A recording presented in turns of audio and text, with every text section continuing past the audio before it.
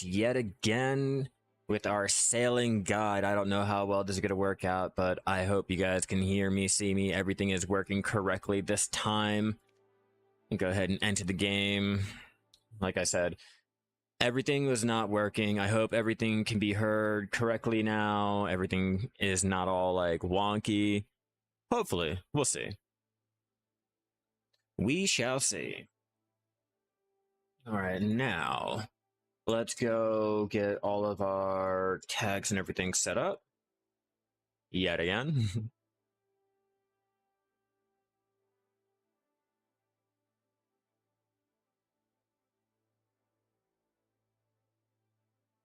Come on, hurry up.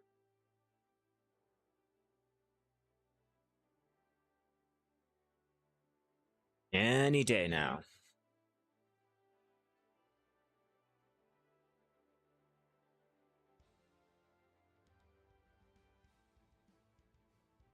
Come on, don't crash on me.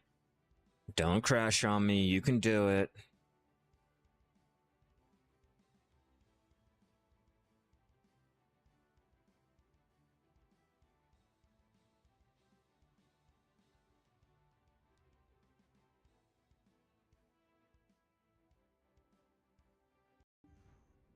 Oh, there we go. I hear it. I hear it.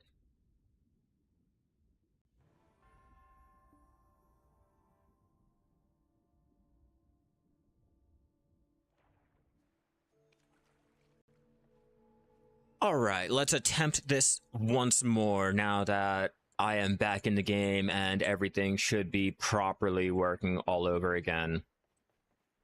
All right, so today we're going to be going down just sailing, how to level it up, how to get started with it, all of that good stuff. So if you guys were wondering how to do that with the whole family shared life skilling, all the new updates and everything that has come out, and you guys haven't been sailing yet before, well, today is the day for you. All right, so to get started with sailing, you will need a boat. A boat can be obtained one of several different ways. And before we get started with it, we're going to have to go down what is sailing. Sailing is taking a boat around and either bartering, sea monster hunting, transporting your trade goods, or just sightseeing around the island. It doesn't matter what you're doing, just being on your boat and sailing it around is obviously sailing. The higher you're sailing, the more skills that you have for your ships, and the more mastery that you can get back. Now, when you're dealing with sailing, you have your sailing mastery, unlike certain other life skills. Your sailing mastery will increase your little stats for your bigger ships. This is excluding galleys and your cogs, your little fishing boats, anything from the Ferry frigate, the sailboat, on up to the Carrack, and the Pano too. Pano is included. And if you guys are watching this after the trading boat is introduced into the game, I'm pretty sure the trading boat will be included into the big ship category, but it will increase your stats like your acceleration, speed, turn, and your braking. Now, something to keep in mind when you're out there sailing around is your naval fame. If your naval fame drops below or drops into the negative, you won't be able to use all of the wharfs except for Kuwait Island over there in the Pirates to restock and repair your boat. So try not to drop your sea fame attacking players, killing certain NPCs out there, things like that, to drop it down. Just like a normal criminal, you will be limited on a lot of your actions that you can be doing out there sailing around. All right. Now, let's see. Onto the boat. Like I was saying, in order to do sailing, you will need a boat, and they can be obtained several ways. The easiest way is to complete the Great Expedition, the first sailboat, into Aquala's Eye or something like that. Going down, you can see right here, first sailboat into Aquala's Eye. Completing this storyline will give you the Bartali sailboat, which is the first boat that you can get. They can be upgraded into either the Afaria frigate or the sailboat. Another way is to use any ship workshop or shipyard, which let's go over here to Afaria. Afaria has a nice shipyard. Right here, you can get the materials together to go and make your own Afaria sailboat or the frigate. It will require you to do a daily for the plans or the blueprint to go ahead and craft it up, but it's been made a lot easier to go and craft up your sailboats and everything using just the daily and getting the materials together, but it will require workers to be placed into the workshop to make the parts and all that, and it will require the materials to obviously make up those ship parts. Another way is to go and use if you go in the managed currency, the Radiant Shakatu seals can be used to get either the Afaria sailboat or the Afaria frigate. Those are two ways to go ahead and do it. And lastly, they can be bought off the central market too.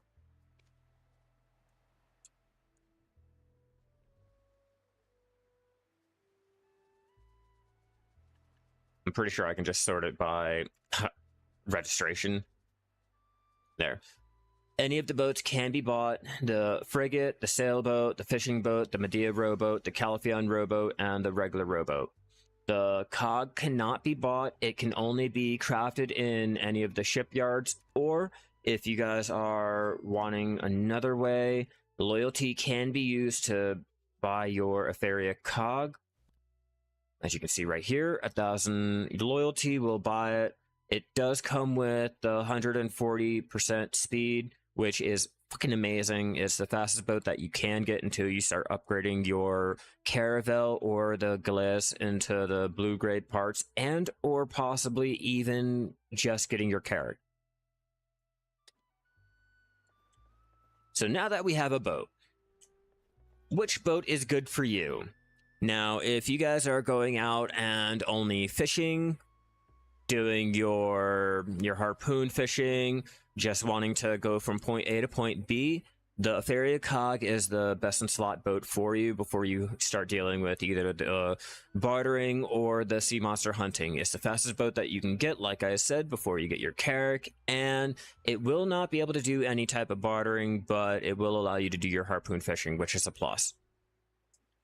They cannot be repaired once your durability runs low. You cannot use the breezy sail on your cog, but you can still use the cog. You can still sail around with it, and if you hold down the shift, it will go a little bit faster, just it will not have that breezy sail. Now, getting on to the bigger ships, like for example our Caravel. Once you have your boat registered, or once you get your boat registry, you can go over to any wharf manager. He will have the option to register it. So you can click here, your Bartali sailboat, if that's the route that you went. You can register it, give it a name, you can see the stats, durability, rations, weight, lifespan, all of that. If you chose the Afaria sailboat, the frigate, any of those, you can still see all of that. Just like with the cog cannot wear any gear like the bigger boats. Yeah, I'm glad. And I tried to make sure that you guys would not hear the echo from the AC that's currently running, because it's starting to get hotter and it's going to be hot in here. I don't want it sounding like I'm speaking through a drive-through speaker, so I'm trying to get my filters all worked on. Yeah, the bigger boats can use the gear, which will increase your stats like weight limit, rations, your speed, turning, acceleration, durability, so on and so forth. And they can wear the costumes, which will also further increase your weight limit, movement speed, durability, and your turning. Those can only be worn on your the Bartali sailboat, the Ferry sailboat, the frigate, improved sailboat, and improved frigate, the Caravel, and lastly the Glass. The Carrack will need a different skin, which does come in 3 different types, which will have to be bought and can only be bought from the Pearl Shop, like the Balladus plating, or Benilios, however the fuck you pronounce that. Now, as for sailors, the bigger boats like the frigate, and the sailboat will require sailors. Sailors can be found in Velia, Port Etheria, and lastly over there in Ilia Island. They will have a title over their name or over the top of their head, like innocent, adventurous, so on and so forth.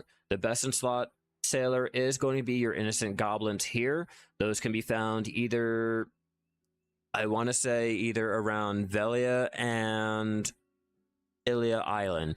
You will probably have to Google it to make sure. There's a whole list of sailors that can be found. They can be leveled up, trained up, and I'm pretty sure they can tier up to a captain or something, but I haven't gotten to that point, so I can't really speak on it. But it will increase the stats.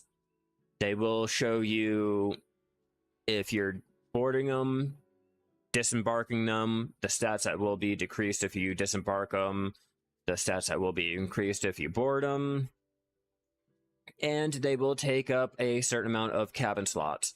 For the goblins, they are 10, which your boats, the bigger your boat, the more cabin slots you will have, with the Caravel having 30 slots. It will cost 10 for my goblin. It will take up 10. Giants, like, say, this one will take up 5. But you get the idea. You get the idea. Oh yeah. After sailors, we can talk about loading cargo. So for the sailboat, when you're doing bartering, you can load in your cargo onto your boat, like the land goods, your tier 1, tier 2, tier 3, so on and so forth. What's up, Striker? And you can unload it by hitting the same option. You can load it into your inventory. You can load it into whatever storage that you are currently in, whichever the wharf, the town, whichever town the wharf is in, the storage will go ahead and let you load in the cargo.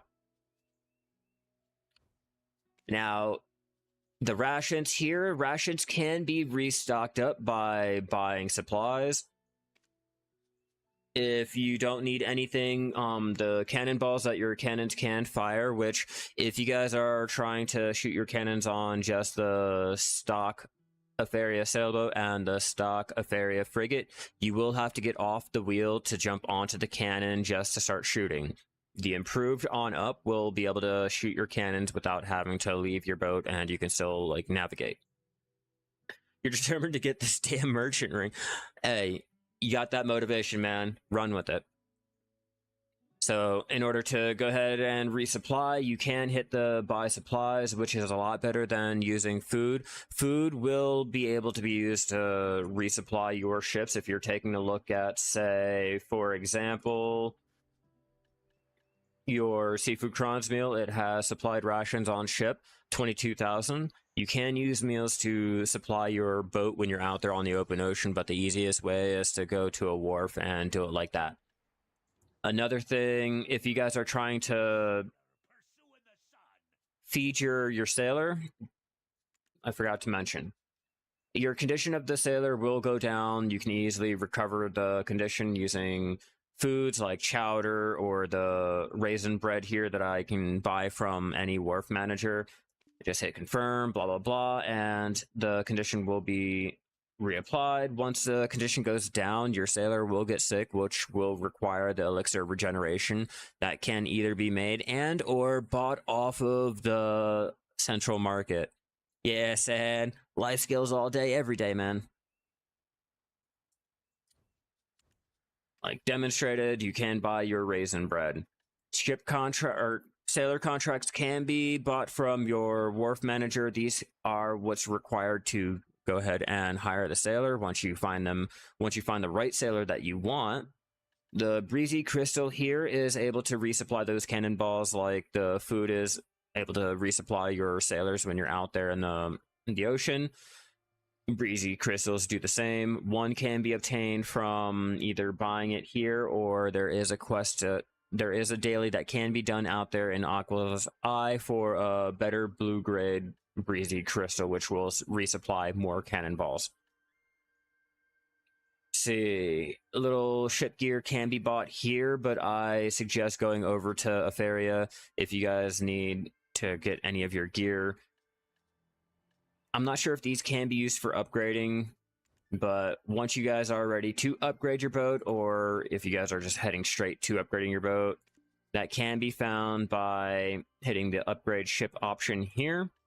You can see it will require the materials and whichever of the ship parts that I am going, or the Carrack needs, like say the blue grade Black Dragon figurehead, they will have to be made from the +10 green grade and then upgraded, then enhanced further all the way up to +10 in order to throw it in here to go ahead and upgrade. But once you have the materials, you can upgrade it like that.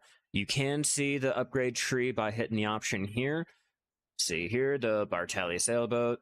Then going to the sailboat, clicking on whichever one will load up the required materials. You can see here, check to see which parts you will need. Those can be bought.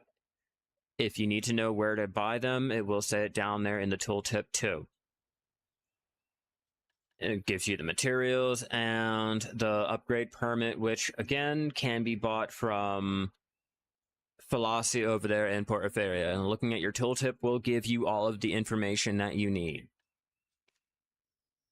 The upgrade information will display all of the, if you're upgrading, it will show you the stats, or if in this case you are downgrading or looking at a downgraded ship, it will show you just how much stats your ship has over the downgrade.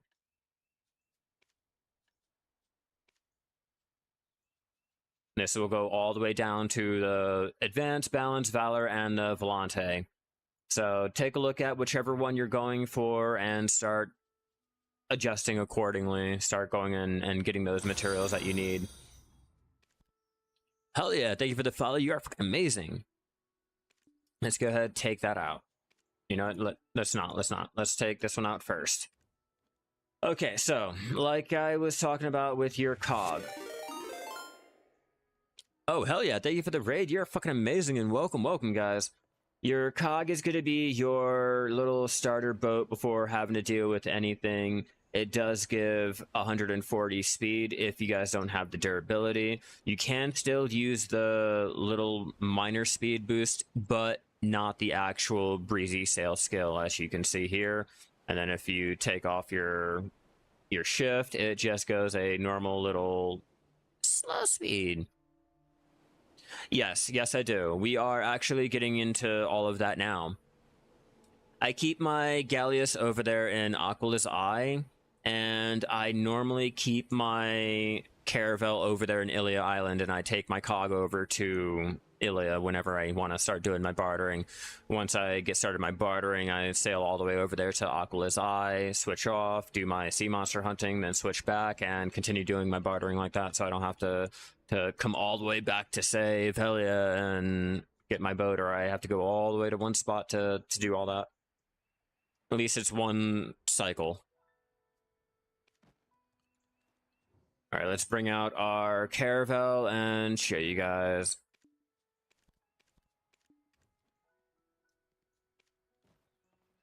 Now, when it comes to the bigger boats, the higher your mastery, like I said, will increase your stats, so if you take a look at your ship here, with all of your +10 green grade, the Caravel will have 115.3%. Now, jumping on the boat, it will apply all of your stats, so if it looks weird, don't worry, or if it keeps fluctuating, it's probably because of your mastery, but go ahead and get on. You can see it'll add the +16 from my mastery, and then all of my gear that also will add on to it will also apply in the background too. So with all of that being said, it is now 131.3. Items will increase it, like I said, like your sailing logs, blah, blah, blah. But that's how you go ahead and increase your speed on your ship. Now, if your ship has been damaged, you can apply ship repair material to it. You can find that either by sailing or chopping down plywood. Let's open this up, see what we get. I'm curious. Yeah, more cron stones. Shocker. Now let's talk about the gear before you even head out there to start sailing. You got your boat, you're ready, you registered it. The gear that we're going to be talking about first is the Silver Embroidered. Silver Embroidered has the best experience that you can be getting for sailing around, which sailing around the islands doesn't provide a lot of experience, but it still does. Sailing around Margoria will provide more experience, so keep that in mind. Doing it on a cog, an auto-pathing little circle around Margoria in a cog will be a good way to level up your sailing with the Silver Embroidered, but it will provide the Mermaid's Wish 4, which will prevent a lot of those typhoons from happening out there in the ocean, which this can easily be avoided by just sailing around it. You know, simple. At +4, the Silver Embroidered will give you a plus 25% sailing experience bonus. +5 will give you, I think, +30 or 35. So the higher your tier on the Silver Embroidered, the more bonuses that you will get. Then you can start worrying about your mastery. I suggest once you get skilled to unlock your breezy sail skill for your bigger ships, then start worrying about your mastery. You can wear your Silver Embroidered while either trying to tap up your Logia, buying your Logia, like saving the money to buy your Logia, or just skipping from the Logia onto your Menace. But your Logia is your cheapest and easiest to get. It can be bought from Zarya over here in Velia, or can be bought from Camilla Logia over there in Logia Farm or Ranch, whatever it's called. This gives Pen, it will give you Sailing Mastery plus 280, Sailing Experience plus 2, Movement Level plus 2. But we're mainly going for the sailing experience and the mastery. The movement speed can easily be obtained elsewhere. Pen is a little bit higher to get. Your try is going to be your best in slot, your first little step into your sailing life skill. If you're dealing with mastery, then you can start moving on to investing into getting your menace.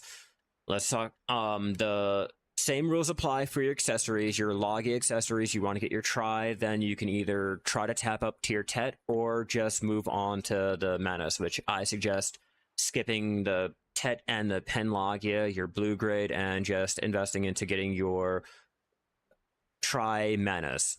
Now, after you've messed around with your Logia, we can talk about the Sailing Log. Your Logia Sailing Log can, same way like with all of your Logia gear, can be bought. It can be obtained from Zarya, bought off the central market, or Camellia Logia over there. But it will increase your sailing experience, your sailing mastery, your big ship speed, your big ship auto sail speed. If you guys want to, here, I will just bring it up for you. We'll take that one. And do I have a Logia? I don't think I have a Logia yet. But I'll bring it up for you. It's a little hard to explain when I'm showing something else, right? Alright, so Logia will increase your sailing experience plus 3 at base, plus 3 for your sailing mastery, plus 5 big ship speed, plus 5% auto ship speed for your big ships. Big ship breezy sail speed plus 5%, big ship auto breezy sail speed plus 5%. Those can be obtained from Logia Camilla, Zarya over in Velia, or can be bought off the central market. I suggest getting your try or just moving on to the Tet. Another option would be getting your Shulk. Your Shulk is your best in slot that you can still buy and tap up yourself. This can be bought from either Zarya over in Velia, or can be bought from Shulk over there in Aferia. They have slightly better stats, but the best in slot is going to be your Manos, obviously.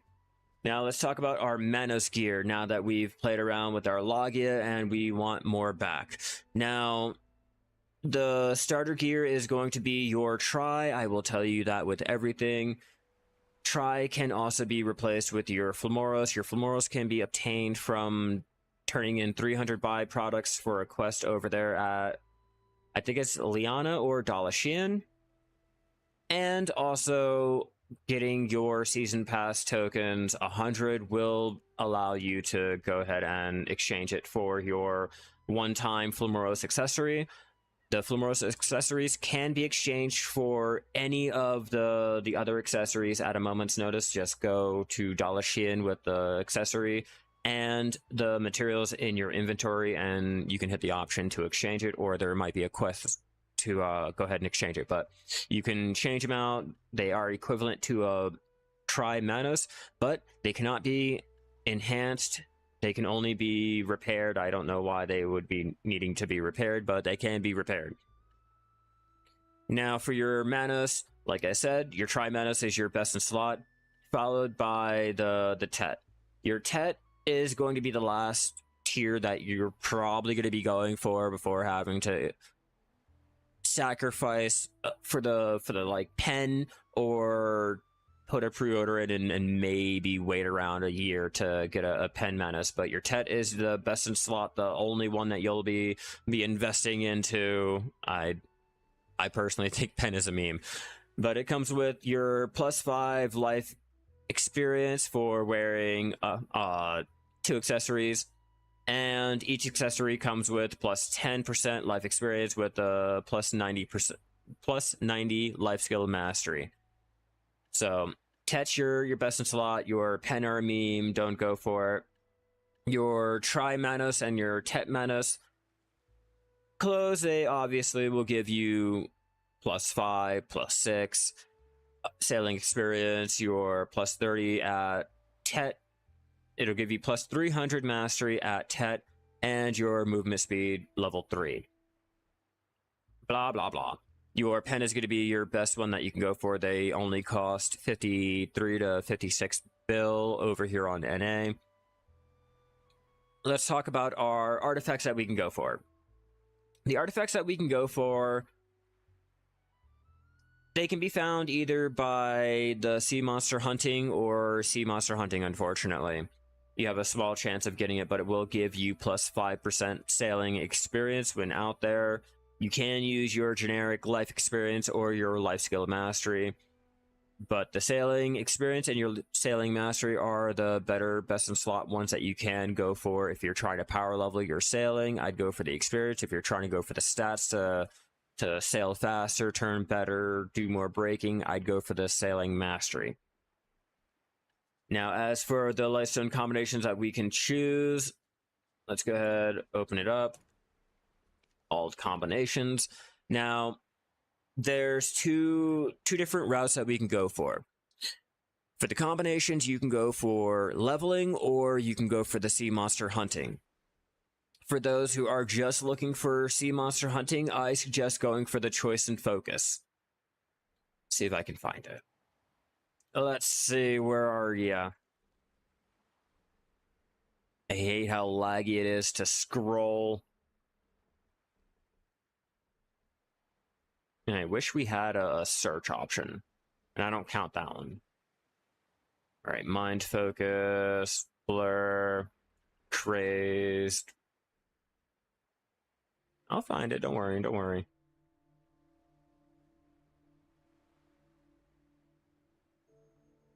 I think I passed it. Awkward. I swear this doesn't happen to me. It usually works. All right, here we go. Choice and focus. I like how I said that and I instantly got right on it. So for those looking to do only sea monster hunting, you're not worried about the experience or the master or anything like that, the choice and focus is the best Lightstone combination for your sea monster hunting. It comes with all AP minus 150, which when you're out there on your boat, you're not worried about AP. AP does not apply onto the cannons for your boat. But what does apply is the plus 30% item drop rate from the sea monsters. Movement speed +2, which, like I said, there were other ways that you can get the movement speed, which this is an example of one of those ways. To make this will require 1 Fire Lightstone Rush, 1 Wind Lightstone Feather, and 2 Wind Lightstone Fortunes. Now moving on to the experience that we can get, the Lightstone combinations that are dealing with experience, starting out with our very, very low one of Swaying Helmsman. This will give us +5 sailing experience. This will require 3 of the Floor Lightstone Uncharted. Moving down the list, we have Over the Horizon. This will give plus 8% sailing experience. It will require 4 of the sailing experience, or this will require 4 of the Floralight Zone Uncharted. Moving down to the better one, the last experience one we have is... Wait, right there. Right. Stop scrolling. Chasing Sunset. Chasing Sunset gives plus 16 sailing experience. This will require 3 of the Floralight Stone Uncharted and 1 Iridescent Lightstone. All of the Lightstones can be found out there gathering, doing any type of life skilling. The Iridescent Lightstone can be found out there doing any Dark Rift bosses, mob grinding out in the Mountain of Eternal Winter region, or all of these can be bought off the Central Market too, if you guys were wondering. Now let's move on to Mastery, with our first one being Sailor's Muscle. Sailing Muscle. Sailing Muscle will give Sailing Mastery plus 8 and will require 3 of the Floralight Stone Blue. Moving down, we have Rusty Anchor. Rusty Anchor will increase our Sailing Mastery plus 15 and will require all 4 Floralight Stone Blue. Moving on to the best in slot for the Mastery and just the Mastery alone, we have the Great Tide. The Great Tide will increase our Sailing Mastery plus 30 and will require 3 of the Floralight Stone Blue and 1 Iridescent Lightstone. Then we can go down to the Lightstone combination that I personally like to go for. This is going to be technically the best in slot if you're not solely going for just your experience or just the Mastery. This has both, best of both worlds. Come on, scroll down. This is going to be Ocean's Embrace. Ocean's Embrace comes with Mermaid's Wish 3, Sailing Experience plus 10, Bartering Experience plus 10, and Sailing Mastery plus 45. This, like I said, has Sailing Experience, Bartering Experience as a plus, the Mermaid's Wish if you guys are still terrified of those little typhoons out there, and a plus 40 for Sailing Mastery, meaning like I said, it's your best in slot if you're not solely focused on one or the other. This will require 1 Floralight Stone Uncharted, 1 Floralight Stone Haggler, 1 Floralight Stone Blue, and lastly, the Iridescent Lightstone. Now, if you guys are trying to power level your sailing, you want more experience, you're not really worried about the Mastery, we can always go down and talk about the Choice and Focus Sailing. This will reduce your Sailing Mastery by 500, but increase your Sailing Mastery it will increase your Sailing Experience plus 35%. It's great if you guys are trying to power level, bad if you guys are solely focused on the Mastery for all of the sailing stats, but this will require 2 of the Floralight Stones Uncharted, 1 Wind Lightstone Mind, and the Iridescent Lightstone. Right. Now we could talk about the Alchemy Stones. The first Alchemy Stone that you guys will probably most likely get is going to be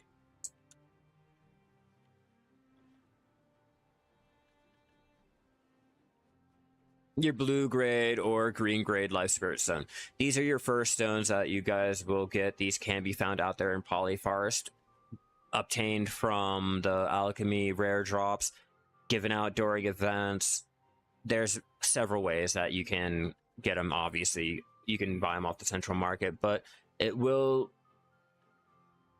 no, I guess we're not even going to go with that. Minus what I said. Fuck that stone. Don't look at that stone. That stone's a lie. The cake's a lie. Alright, so the first stone that you guys will be most likely going for is going to be the Triad's Tear. The Triad's Tear can easily be obtained by completing a Falgear's quest line. This will give us plus 30% on our life experience. Great for when you're out there trying to power level your sailing. The next stone that we can take a look at is going to be our Khan's Heart. Our Khan's Heart will give us plus 25 life mastery passively, so you can pop your Triad's Tear, then switch off to the Khan's Heart and just wear it around while you're sailing. And a notable mention is going to be the Stella Stone with the plus 100 mastery that it gives you, but that stone can only be obtained while certain events are active, making it a kind of a rare stone to get. But if you guys have it, be sure to pop it, then switch off to the Khan's Heart.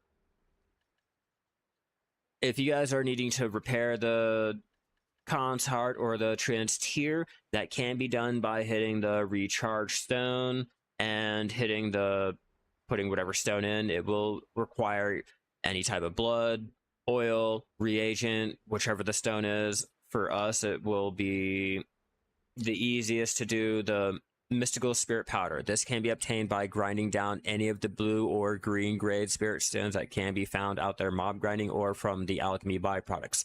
Not the sturdy alchemy stone of life, none of those stones. Those won't be used for the Mystical Spirit Powder, or the Ladyless petals that you can find out there gathering can also be used for the Mystical Spirit Powder. Alright, next, the Mano Sailing Log. This is being held off differently because of the way that we have to obtain it. The only way that we can obtain it is by doing the siren out there. If you guys happen to be sailing around and hear the little siren music, killing her will award the, what is it, Siren's Echo. Combining those will, I guess, making the, there's a whole crafting thing. Hold on, let me pull it up. I'm talking out of my ass right now. And you guys don't need that. You guys need to be taught.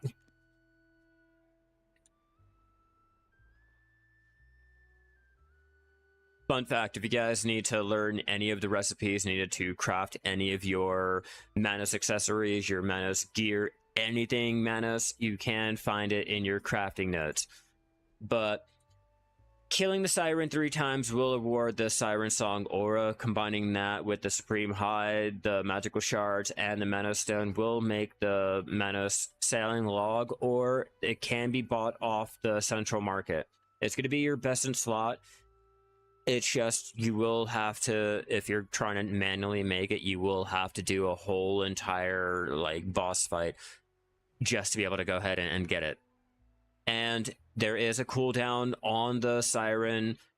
I think it's like, what, every hour for every little server, so pay attention to the chat. People normally like to mention if they've murdered it in that region or that server, so if they did, you can switch off. If no one has mentioned it, it is a gamble to sail around trying to find it, because who knows, it might not be there, or it might have spawned right after you left that area, and you will probably not know until someone calls out that they just murdered it. So it's a little bit harder to get, and I suggest putting a pre-order in and buying it, but if you guys are trying to do it that way, it's a whole boss fight. Just keep that in mind. Now, after all of that, let's talk about our Caffrey Journal of Nature, which will give us plus 10 life experience, which can be obtained by doing the Caffrey Adventure Journal all the way up to book 4. Then Allison will give you a whole quest line to do. Once you complete that quest line, it will give you the choice between your 3 books for the combat experience, your contribution experience, and lastly, our Journal of Nature, which gives us our life experience.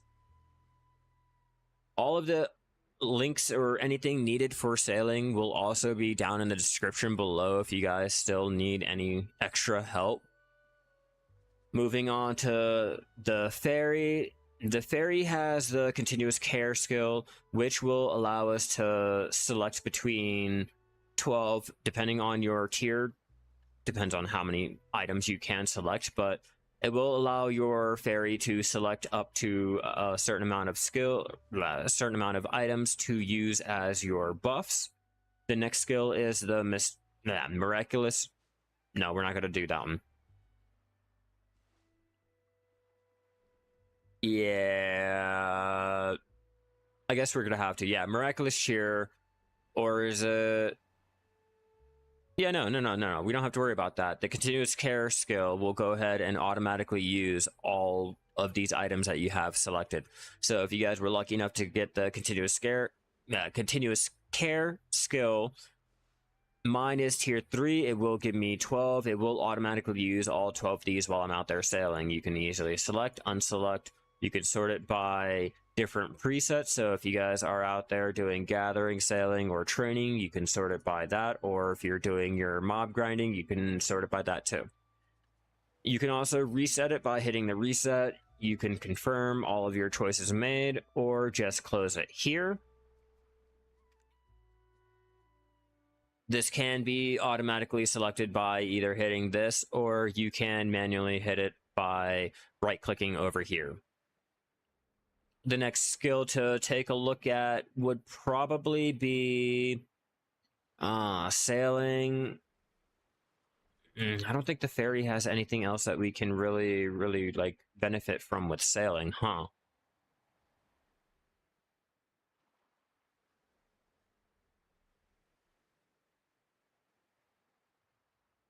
Yeah, no, I don't really see it. No, because if you're worried about sailing, I don't think you're to be doing the, underwater gathering or fishing.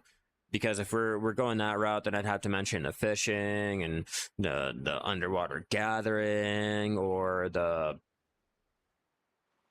like bartering aspect. I'm just touching base on like, I'm just going on sailing, just to get you guys like ready to start sailing and figuring out if you guys want to barter, just sail around a fish, that's all up to you. But I'm just going down sailing. I'm not trying to show you guys the best sea monsters to go take down and all that dumb shit.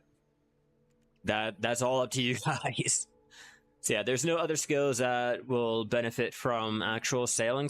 So that continuous care skill, mainly worry about that. In order to change your skill, it will require Thea's Orbs. Thea's Orbs are a Pearl Shop only item, and depending on the tier of your fairy, depends on how many are needed. At Radiant, it will require 5 of the Thea's Orbs. They are given out rarely during events, so keep an eye out for that. But like I said, very, very rarely. I've only been able to collect 3 in the last year. Now for pets.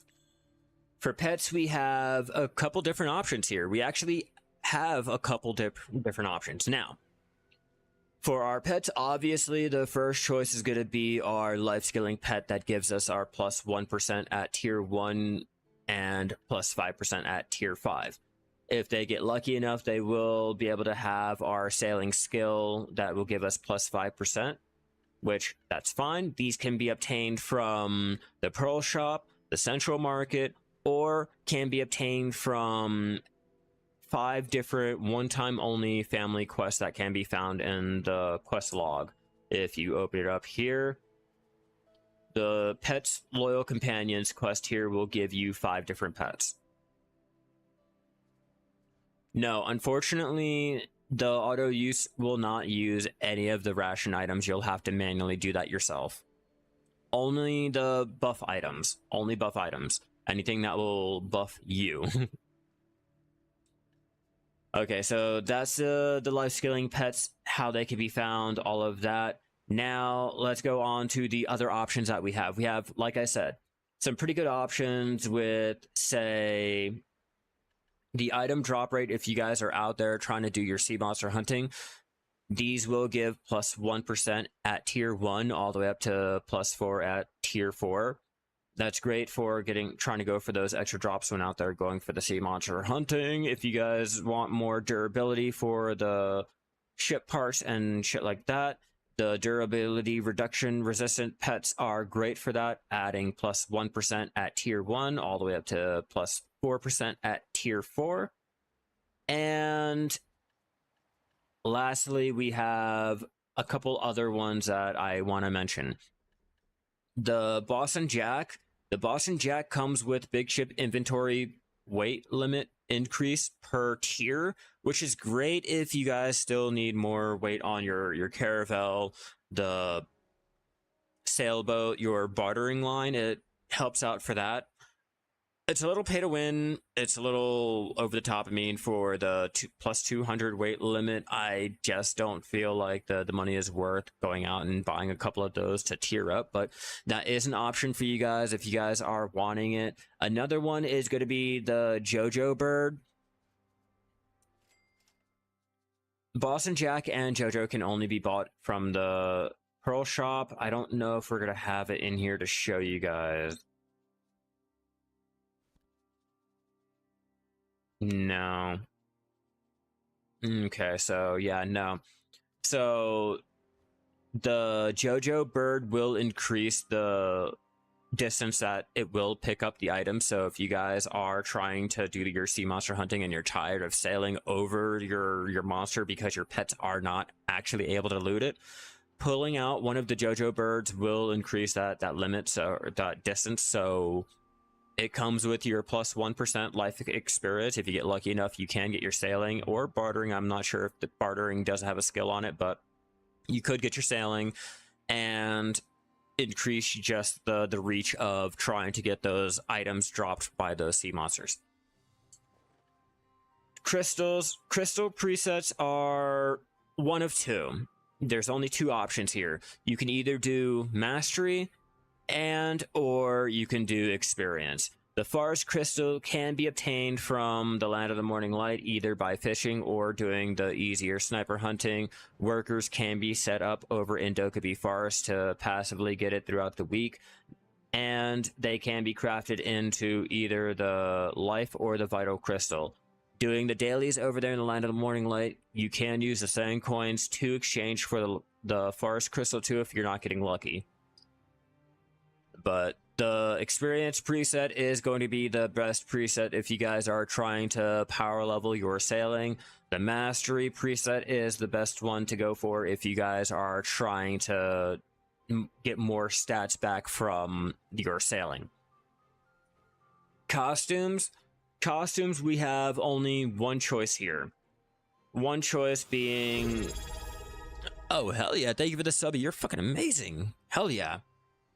Now, our sailing clothes, we have one option being the professional sailor clothes that can be bought from the luxury vendor or can be awarded for obtaining artisan sailing.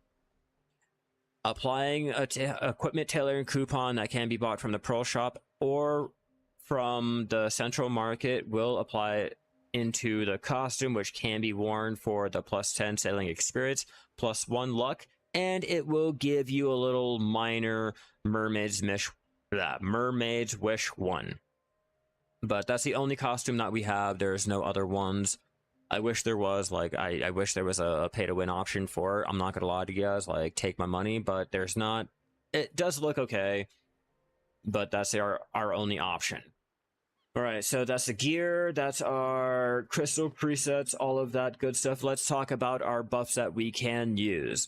Now, before even jumping out and getting our quest done, all of those dailies, anything that you guys are trying to do with our sailing, let's talk about the buffs. Starting out with our pay-to-win, technically our sub-buffs, our value pack, which will increase our storage slot for maybe bartering if you guys are wanting to go that route. It will give us life experience plus 30%.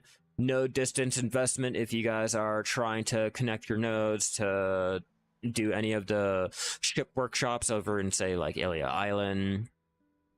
Our max weight limit, if that's an issue for you guys, which I don't know why it would be. And it will give us a barter refresh point plus 50 points and required parlay for bartering minus 10%. Allows you to remotely check or skip your special bartering too. So that is one of the things that is required for your sailing to get the most back. It will require pearls, like all of the little packs up here, the Blessing of Kamasov, which will allow your warehouse capacity, the central warehouse capacity, plus 4,000, what is that, volume limit, your transaction made volume limit, and your storage transport weight limit. Meaning you'll be able to transport more of the materials from your inventory to your ship from your storage using your maids. Hell yeah, thank you for the follow. You're fucking amazing. Fuck yeah. Moving on, we have the Secret Book of the Old Moon. This will give us back plus 50% life experience and will allow us to use our Turning Gates Villa buff without having to go out there and actually apply our Villa buff. These will... Oh, also, it will increase our wharf slot +1 in all regions. These will only be able to be bought from the Pearl Shop. Sometimes you can snag one off the Central Market, which is very, very, very rare. I think you'd probably find Bigfoot beforehand, or can be bought one day in the Loyalty Shop. It's just such a waste in the Loyalty Shop. It's overpriced. I suggest paying the $40 US or 40,000 pearls to go and get each and every one of them individually. Or I guess it's like 4,000 pearls. Either way, it's 40 USD every month to get all three of those, or pay to win. You can play the game without them. Don't feel like you are forced to do it. No one's telling you have to. You can play the game 100% free. Don't feel bad. I did it. I don't want to pay money on the stupid like subscription, especially if they're like all three. No, just wrap it up into one, and then maybe I'll consider paying for it, but don't feel like you have to do it. Next, we could talk about the food. The food, we only have one option, being our seafood Kron's meal with our +10 life experience, and our, maybe if the movement speed is a thing for you, you need more, +2 movement speed. It gives you +100 weight limit if that's still a thing for you guys, if you are transporting your bartering goods, and or the +25 on the all life skill mastery. This will last 120 minutes, can be made from cooking or bought off the Central Market, given out during events, and when the Oasis vendor finally comes resurfaces, usually mostly every summertime. Next, we have our Mercenary's Life, which we can obtain for logging in every day. The normal one will give us +50% life experience, but if you combine 3 of them, it will give you +150% for the same 60 minutes. They can't be bought off the Central Market and can only be obtained for logging in one time every day. Next, moving down the list, is going to be our Secret Book of Flord and the Gia Van Grolen Support Scroll. Both of these together give 100 on our life skill mastery and +20% life skill experience. Now, getting the Secret Book of Florin can easily be done by completing any of Liana's weekly quests and buying the catalyst from either Liana or Ludwig. I mean, you can buy them from both.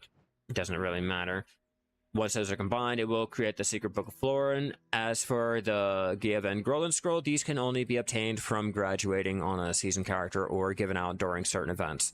I suggest taking a look at your managed currency for any events that are ongoing, because they will give them out sometimes. Just, again, take a look, see what's available for you, and see if there's an event that is allowing you to get the Gia Van Grolen Scrolls, but they're, again, harder to come by, so if you get them, hold on to them, and don't just waste it.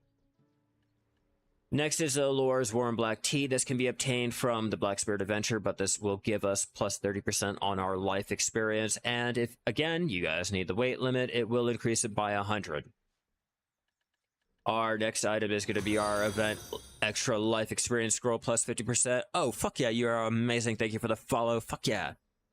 Our extra life experience scroll +50% will give us, obviously, the +50% life experience. These can be obtained from doing the Black Spirit Adventure, or sometimes will be given out during certain events.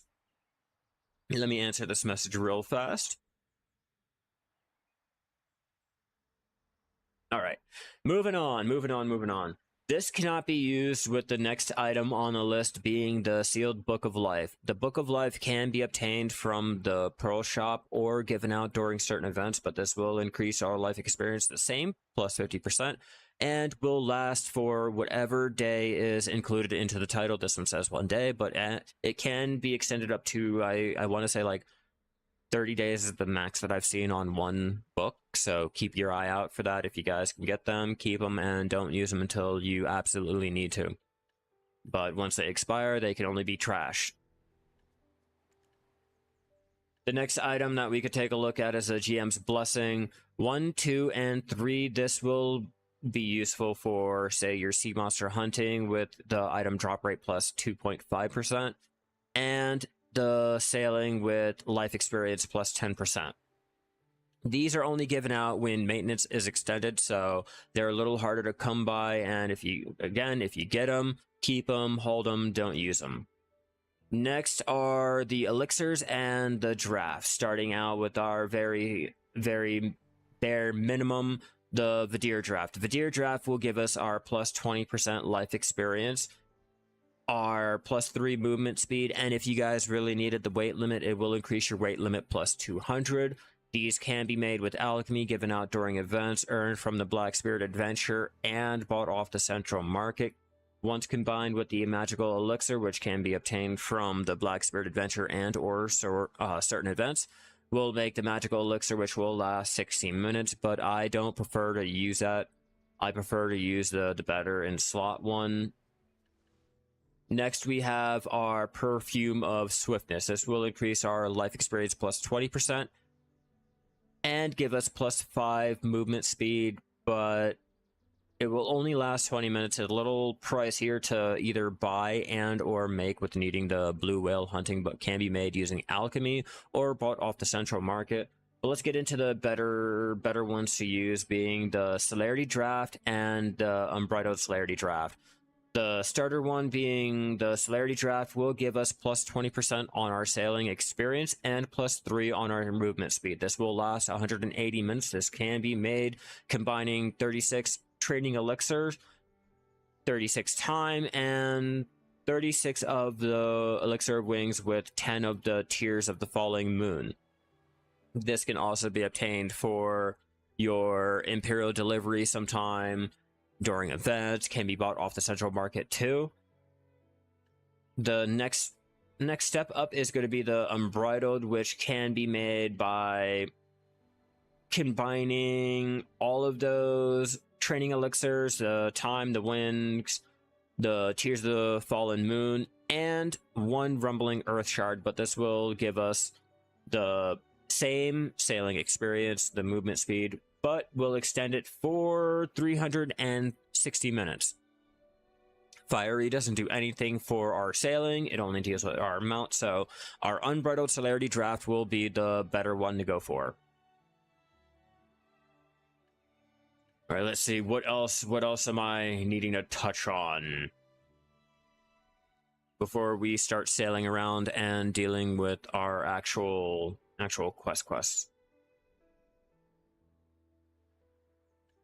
I think that might be everything for the buffs, I think. We've already done our costumes. Yes, I've already done sailors. We're actually getting to the part where we have already gotten our boat, we've gotten our clothes, we've gotten our buffs. Now we can start talking about the daily quests that can be obtained around the game. Like I said, and briefly mentioned before, all of our daily quests can be found from the sailing specialist here. I suggest taking all of them that you can and trying to complete them. They will give you more sailing experience. They will give you, in some instances, contribution, upgrade materials, little tokens that can be exchanged for more upgrade materials to upgrade your boats going for the Carrack. Some of them will give you bartering, like over here, Ilia Island. You know, it'll give you the crow coins to shop in the crow shop. But they can be found all around, and let's see. Your bartering. So there are certain NPCs that you can go out and exchange some of your level 1 bartering goods once you guys start dealing with bartering into the Verdant Blackstones to upgrade your ship parts, to upgrade your ship. They can be found in certain select locations. Ilia Island, over here in Velia, and I'm pretty sure, is it Lima Island or Aquala's Eye now? It's one of the two, or possibly both. Yeah, I suggest taking all of your daily quests so you can earn more little sailing experience. Sailing experience is harder to come by with just... It's pretty low around the islands. It's extremely low around the islands. you get it like with your mount training. So the faster your boat is going, the faster you can get your experience. So if you're not going around using a Carrack or your 140% speed cog, you're leveling up pretty slowly around here, even in Margoria. But I suggest taking all of your dailies and then going out and sailing. Now, if you guys are trying to get started with your bartering, it will require either your Afaria sailboat, your Caravel, or the Carrack. You can do it in the Galleass line, but it is a little bit handicapped with less weight and less storage slots. But if you guys are trying to get started with your bartering, it will require you to hit the bartering information here. Once you open up your bartering information, you can see there's a whole new UI. In this UI, a special barter option is here. If you complete so many bartering, it will give you a certain little barter for a really good object at less cost than actually buying it or trying to make it yourself. So it is worth taking a look at the special barter when you proc it, but it will show the amount of parlay that you have. You do start out with 1 million, and every little barter attempt that you do, it will take away the overall amount, and it does regen every day at a certain time depending on whenever you logged in. You can sort all of your bartering. Oh wait, hold on. The accumulated number of exchanges, how many barters you've done, is calculated here. The more bartering exchanges you do, the more bartering lines you do unlock. They have dropped it down, so you don't need to have so many unlocked before even the special bartering and the ship materials that you can find. You can sort it by more than 1, more than 2, more than 3 available bartering attempts at a time. Your barters can be sorted by normal to your land good tier 1. So, looking at this will be any of the objects that your workers can go out and gather. You can go out and gather, you can go out and make. If you're taking a look at the bag of muddy water, that can be bought off the central market. That can be manually gathered, or your workers can get it. Same with the cactus rind, the birch plank, wool, beer, and copper ingot. But these will always be a craftable, gatherable item from the land being bartered over to a level 1 bartering good. Okay? And that's how you'd go ahead and get started with your bartering. This will go same for tier 1 to tier 2, tier 2 to tier 3, tier 4 to tier 5, tier 5 to the crow coins. This is where you can start earning the crow coins to start buying things from the crow shop. The crow shop can be found over there in Aquala's Eye, and I'm pretty sure still in the crow's nest, which the storyline will take you over there to the crow's nest.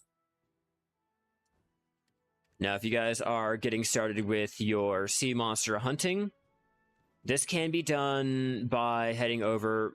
The main hub is going to be in Aquala's Eye. So let's head over to Aquala's Eye and show you guys with a couple things along the way. If you guys are looking for Aquala's Eye can be found over here. The storyline will take you out over there if you guys are on the Great Expedition. Pretty sure I need to pop my food now. I'm a shining example of what we should be doing.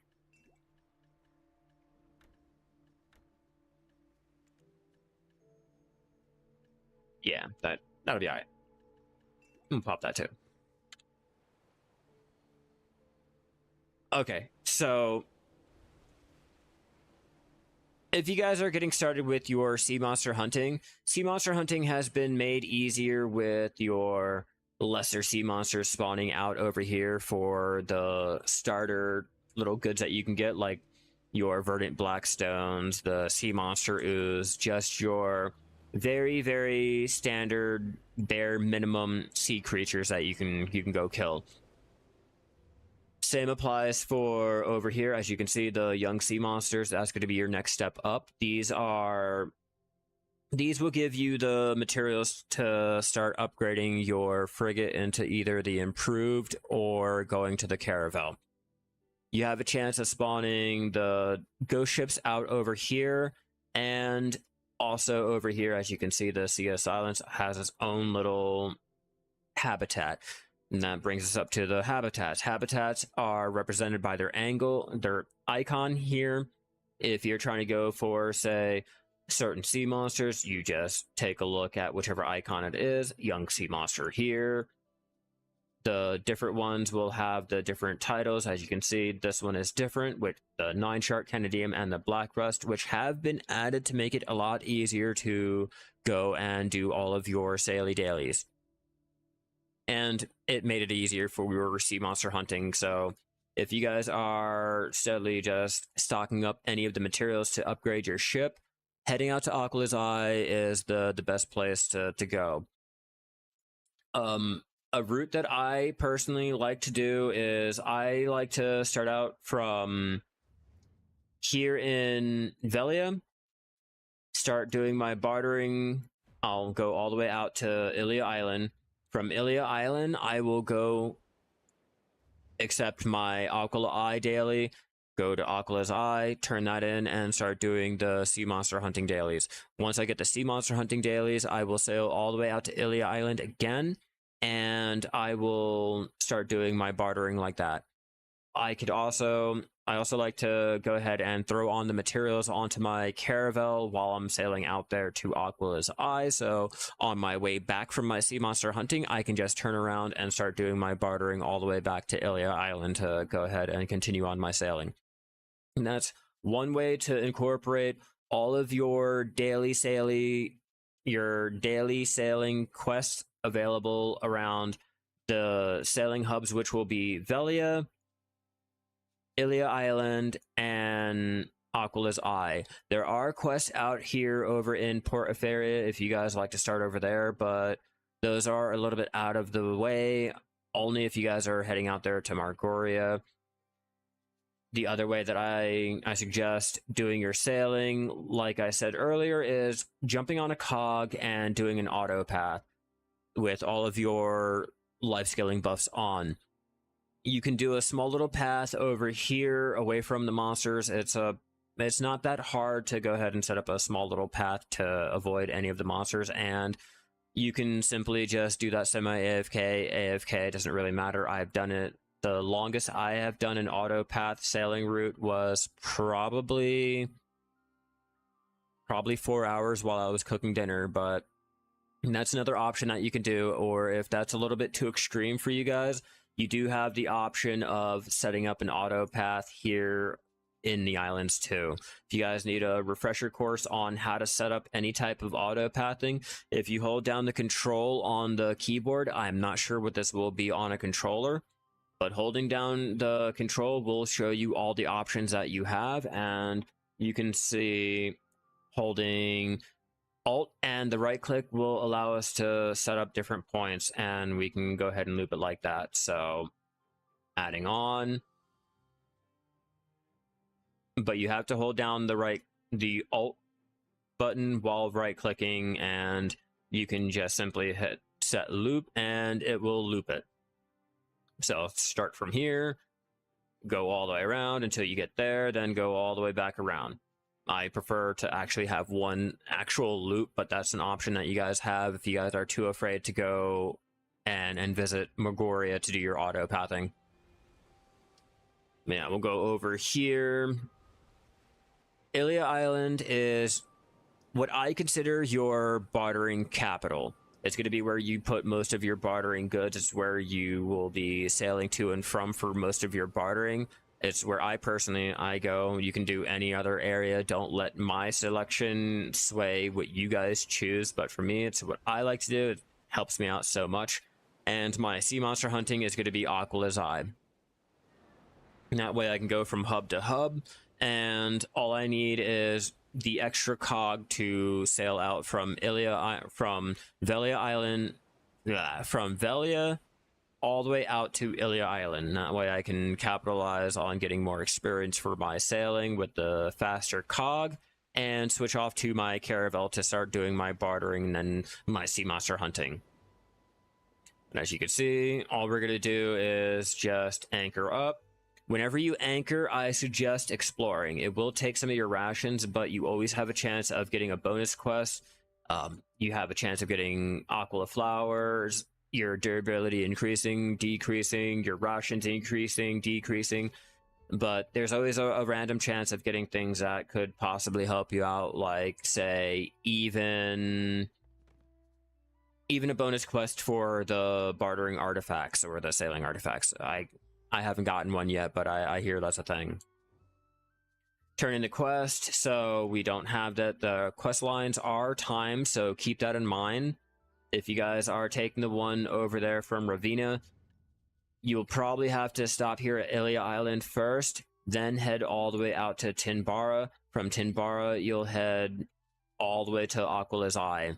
Then from Aquila's Eye, you'll do your sea monsters hunting, then switch off your boat again, head back to Ilia Island to finish off your bartering. Your barter refresh will... Let's open that up. Your barter refresh does have a limit on how many times you can do it.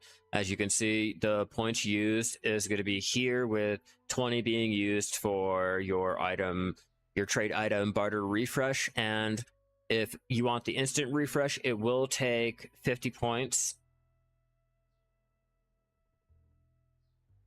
Hold on.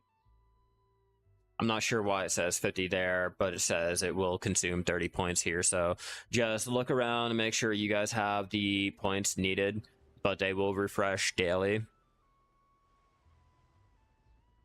And the golden galley figurine will also refund your rations too. Can you find those from killing the gold mount over there in Margoria, or how do you get those? I'm asking for a friend.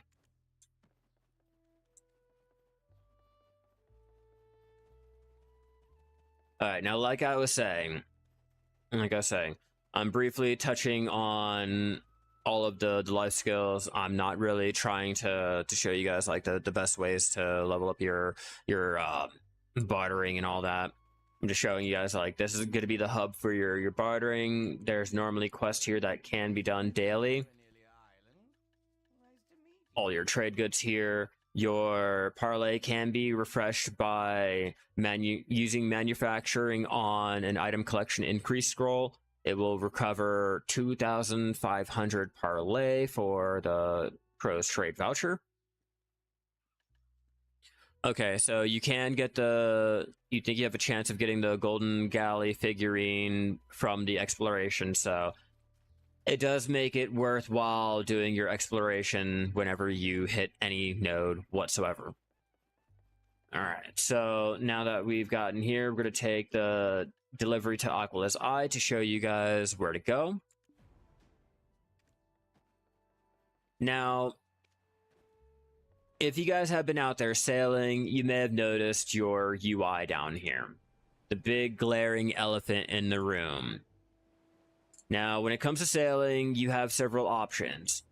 You can unfurl your sail, you can furl your sail, depending on the direction of the wind, depends on if you want your sail down. Obviously, if the wind is blowing towards you, you do not want to have that sail down because it'll slow you down. If the wind is blowing, say, against you, or with you, you want to pop down your sail.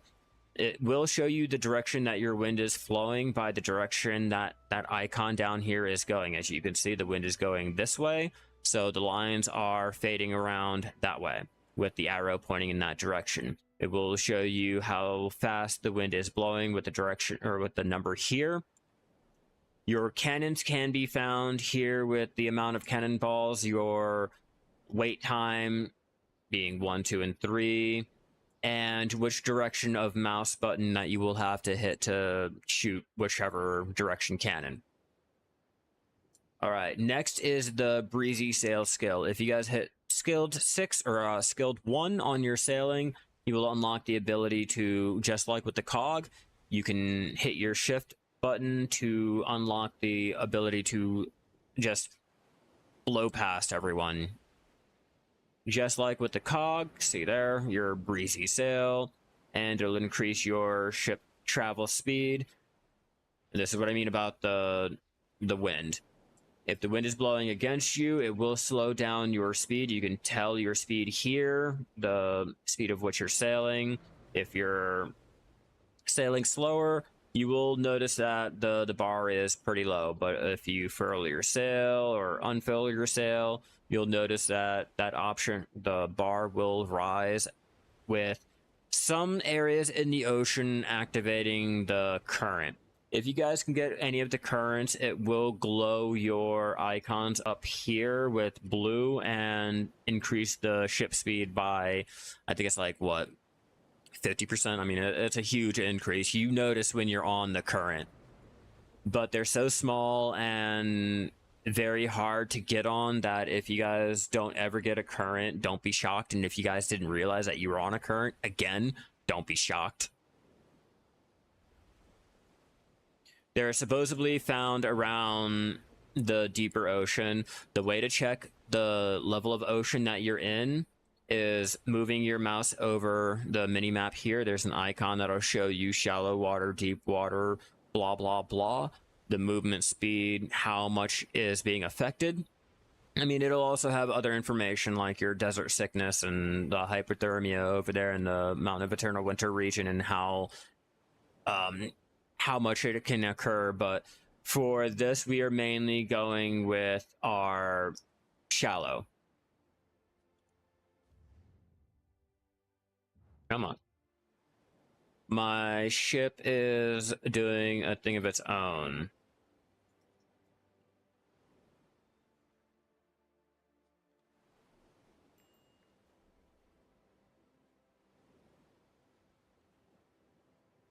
I'm not sure why my rations are glowing red like that.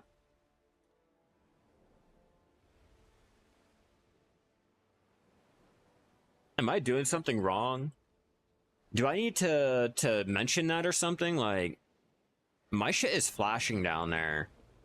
Is that a new feature? Should I be talking about that? Because I've never seen that before. Like, only when we were out of durability or our health was low and shit like that. But what the fuck?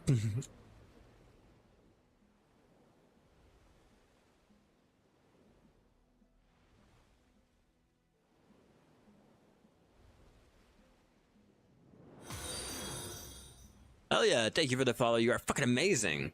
All right, let me answer that message. All right. We're just heading over here to Aquala's Eye. Gonna go show you guys the... I don't know, it's always blinking.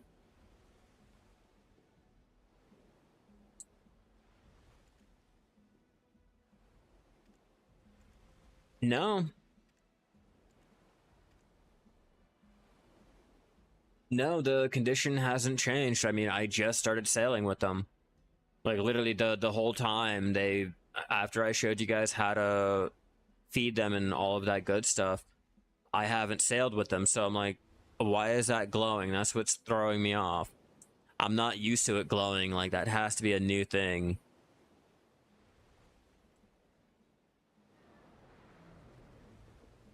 I mean, it makes me focus on how much of the stamina or durability or whatever the fuck the rations that I have. It does do its job. I'm not going to complain about that. Like, I'm paying attention to just how much I can waste. It's just a little weird. I've never noticed that it flashes like that, and or that they changed it. And when did they change it?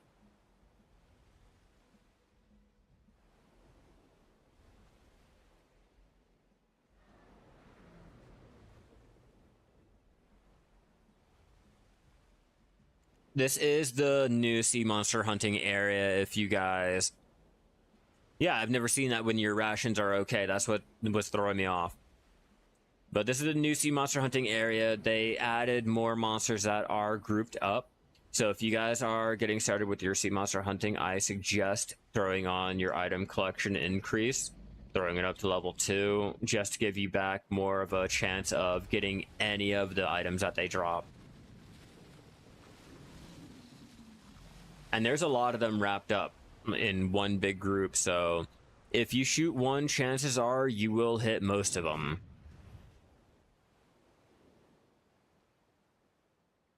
Yeah, like it's consuming a lot of rations.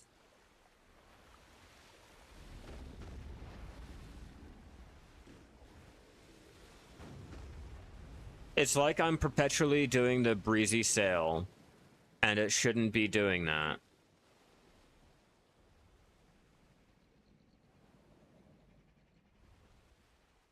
Like, at all.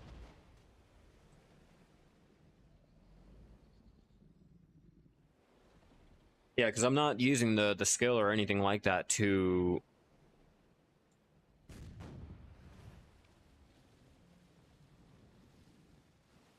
No, same thing. Yeah, same thing. That's weird. I'm not sure if that's a bug or anything, so I'm just not going to pay attention to it. At all.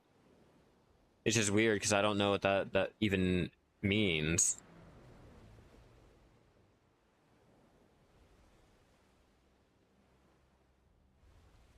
I don't even know if I'm doing something wrong. Like, is it really consuming all of my rations extremely quick? All right, let's take off the breezy sail and just do our normal sailing, and we'll find out. Yeah, see, I can demonstrate the experience that we're getting for sailing around the island with our Caravel, which is why I suggest doing it with your cog, a faster boat. If you guys were wondering about how much experience we can get for sailing, don't worry, you'll notice it eventually. Don't worry, see, there it is. 0.0%. 0.01. Sorry. Forgot that extra one. That one does matter. That one does matter. Alright, so that's that, and okay, let's keep an eye on our rations now.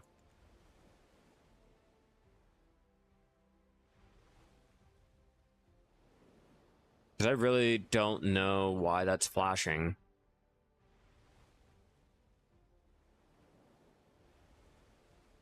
Okay, so let's do the breezy sail.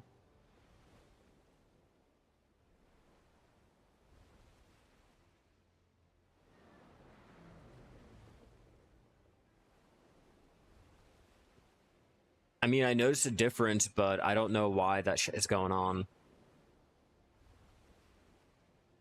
I might have to throw this into the wharf, and well, I mean, I am going to throw it into the wharf. Hopefully the galleass is not going to have the same type of experience.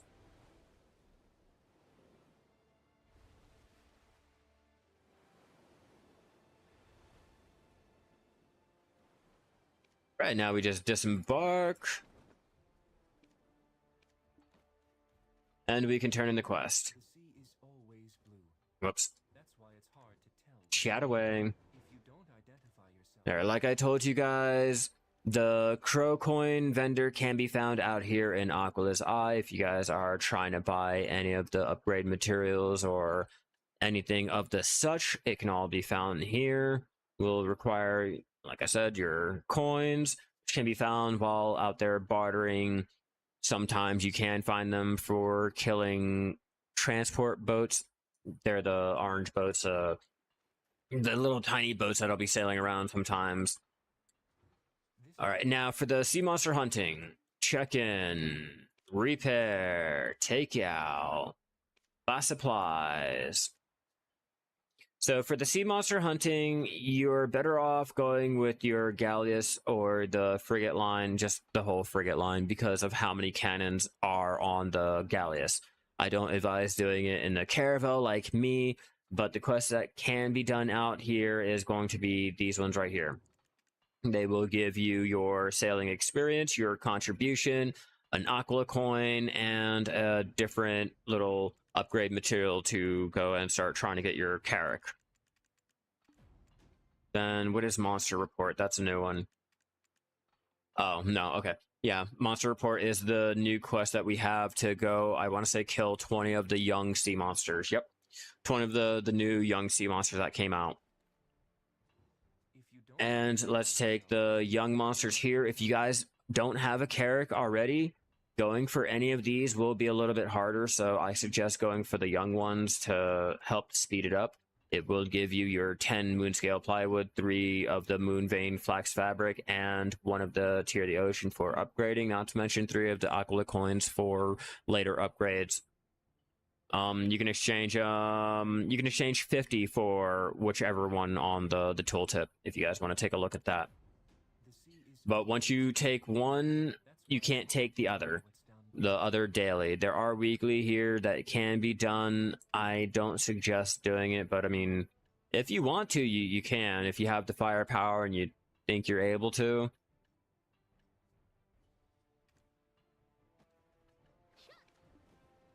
I'm just trying to help you guys out. All right. Now, as for the sea monster hunting. Ayo, my bar is doing that same thing down here too. That's odd. There's a whole different boat. But anyway, these dailies are really, really, really easy to do with how close the sea monsters are relatively to Aquila's Eye. The best bet is to start out over here and then work your way out towards this way so you can just wrap it up and come straight back down.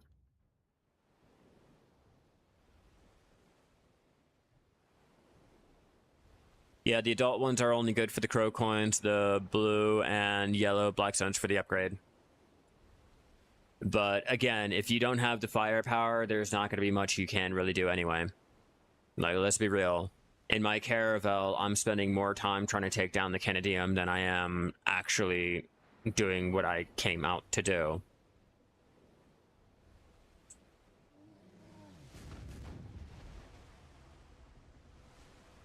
Now, like I said, the young sea monsters can either be done using the ones below Aquila's Eye or the ones out here, depending on... It mainly goes by which materials you're going for.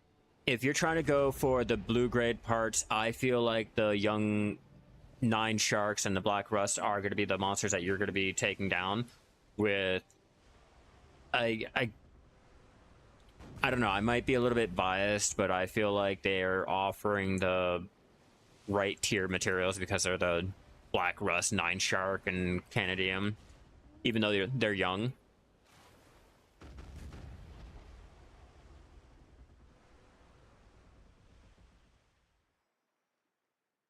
Where'd he go?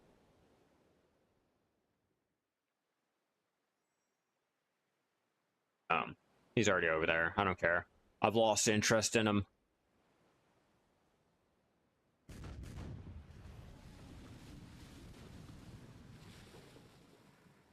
Yeah, it's a great way of getting all of the materials that you need, but remember to keep on your item increase to get back more of those items that you drop, because they do benefit from it.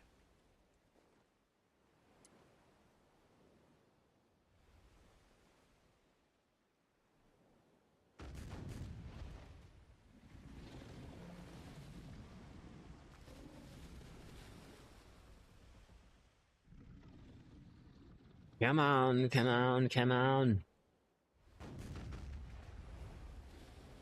And there, that's one quest done. Real easy, quick to do. That's why I suggest don't do it in anything other than the Galleus on up. Obviously, if you guys only have the improved frigate, yeah, you're gonna have to do that, but the higher your frigate line, the more damage that can be done. The higher grade ship parts that you have on it, the more damage that can be done, the more you'll survive, the faster you'll sail. All of that good stuff. Verdant Blackstone is expensive and drops often. Yeah, they do. They're... What, you can get 10 of them for one little land good barter route? Or probably more. I haven't counted the exact number. It's been a while since I've had to do the Verdant. But I was able to grind out my Verdants in one day. But there's an example of the current that I was telling you guys. It's very, very, very rare, but every so often you will get into one of those currents, and when you do, it will increase your ship speed by a noticeable amount. I don't have the exact total, but as you've seen, it wasn't bad. Now, in order to do a lot of these quests or just sail around in Margoria, it is advised to have your blue grade and or your yellow grade compass. For me, I don't have any. They can be bought. Okay, so they can be obtained from doing your bartering daily out there in Ilia Island.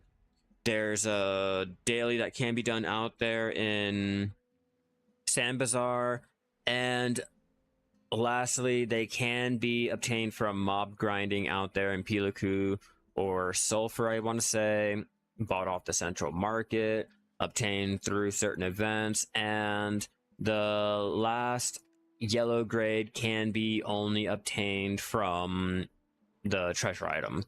Obviously, fucking Pilaku, or not Pilaku, Akhman and Histria. Fuck those places. I have to go back, though. I really have to go back. I need my compass. This is getting, like, really ridiculous having to go out of my way and buy new compasses every time I go out sailing.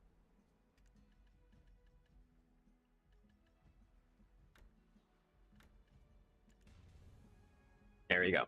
But in order to tell where you are, to see through the fog, you will need any of your blue grade and or yellow grade compass.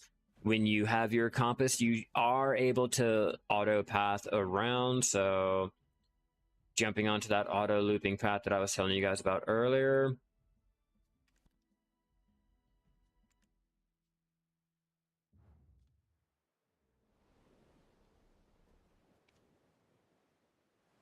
We're to go ahead and set it up on an auto path and have it loop, but this is an example of just one thing that you guys can do if you guys are wanting to try to power level your sailing and you don't want to be really there at the computer. And again, like I said, just try to make sure that you can set yourself up so that you're not going to be attacked by any of the other mobs. Yeah, that's pretty much all you do. Pretty easy. Pretty easy.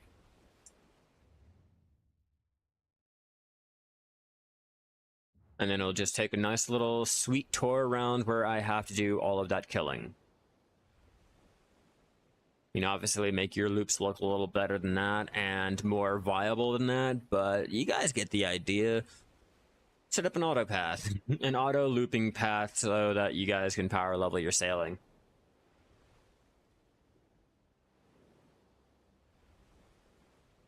I think we should be coming up to the spot.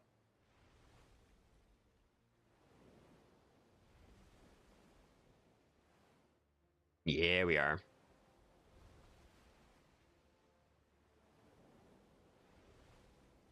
Need to take down him, and I'm pretty sure more of the young monsters.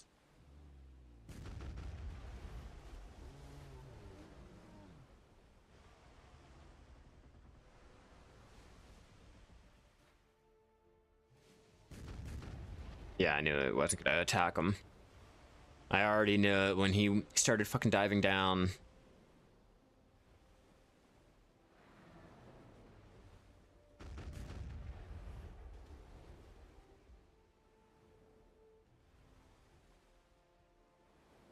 Wham bam, thank you ma'am. Moving on. Yeah, young sea monsters which can be killed all over here, so let's just head back down and kill them along the way. Problem solved. And that's basically how you do all of your sea monster hunting. After you get done your sea monster hunting, then you can jump onto your bartering line. When you go and do that, I suggest seeing if you can do the Hakoven line. If your Hakoven line is, say, 500 crow coins or anywhere near 500 crow coins, go ahead and set out a path. Try to do all of the bartering that you can. You can easily do the bartering dailies from doing any little bartering closest to you. Normally the land good to tier 1 will be the easiest ones to do the dailies, or your tier 3 or tier 2 to tier 3 I find is another good option for if you guys are already like started with your bartering, you already have your tier 1 or tier 2 goods and shit like that. If you guys are just starting out, your land good to tier 1 is going to be the easiest way to get through those dailies.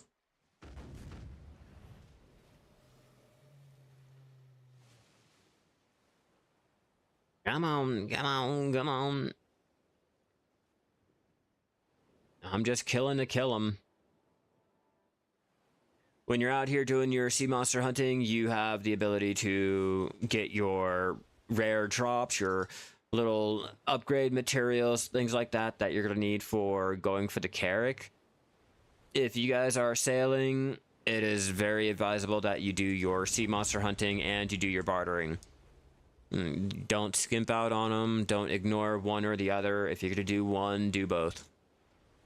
It will save you a lot of time and headache in the long run, and don't be like me. Don't be like me who enjoys bartering but can't deal with the sea monster hunting but needs to do the sea monster hunting to do better bartering, and I'm sitting here with my thumb up my ass trying to figure out, like, what do I really want to do at sailing?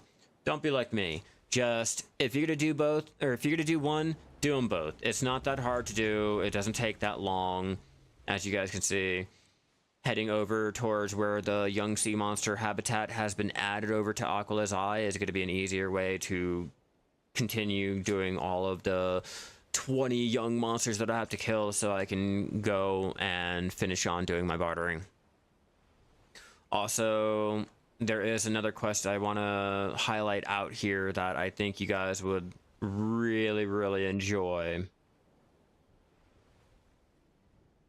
Yes. The building a Carrack is a lot easier than what it used to be. A lot easier than what it used to be. If you guys have struggled before, I suggest hopping on it now. They made a lot of the sea monsters a lot closer. They dropped the prices in the Crow Coin shop, and the dailies that are required, they revamped them, put more in a hub so that you can jump from one spot to another, and simplified it so you're not having to go X, Y, Z, 1, 2, and 3 just to finish looking at if E is on the chart. You know what I mean? So everything is a lot easier when it comes to getting your Carrack, and I'm pretty much almost done my blue grade, one of my blue grade parts. That's how easy it is. Like, I'm actually trying to get the materials together now. Before, it was a long thing that I could not pass, or I could not really wrap my head around with needing, what was it, 5,000 of the bartering. I like bartering, but I can't power level my bartering like that. There we go. Oh. Looks like I can make one thing. Huh. I mean, I'm trying to go for this. It's mainly what I'm trying to go for. But I did not know I can upgrade a part already. And as for my Caravel, I'm still getting the materials together for my sail, obviously, but it's a work in progress. I want to go for the sail first for my Caravel, then go for the cannon for my Galleass, because more firepower. Oh shit. More firepower on my Galleass will allow me to do my sea monster hunting a lot faster, and the faster sail will allow me to do my bartering a lot quicker, so it's a win-win. I can go ahead and do one, then focus on the other while still getting the materials together for both of them. And I figure going for the cannon first will be a better option with being able to do my sea monster hunting while waiting for my parlay, or I didn't get a good bartering line. I don't want to do it. Now I can just jump on my Galleass, and I have my blue grade cannon. Pew pew. I can kill the monsters and still try to get the parts like that. You're on your third Carrack, got your previous two prior to all the updates. Not sure if you should save your coins for null though. You might as well, bro. You already have two. Or technically, you already have three. You might as well start saving up for your null and grind out the parts to make your fourth one. True. True, if you have 3, you might as well go ahead and okay, so not only do you have 3, but you got 2 before any of the updates came out, meaning you know the grind, you know the struggle, you've been there, you've done it. So with all of that, why not go ahead and save up your coins for the null and do that same grind for your 4th Carrack? Just saying. It is an option.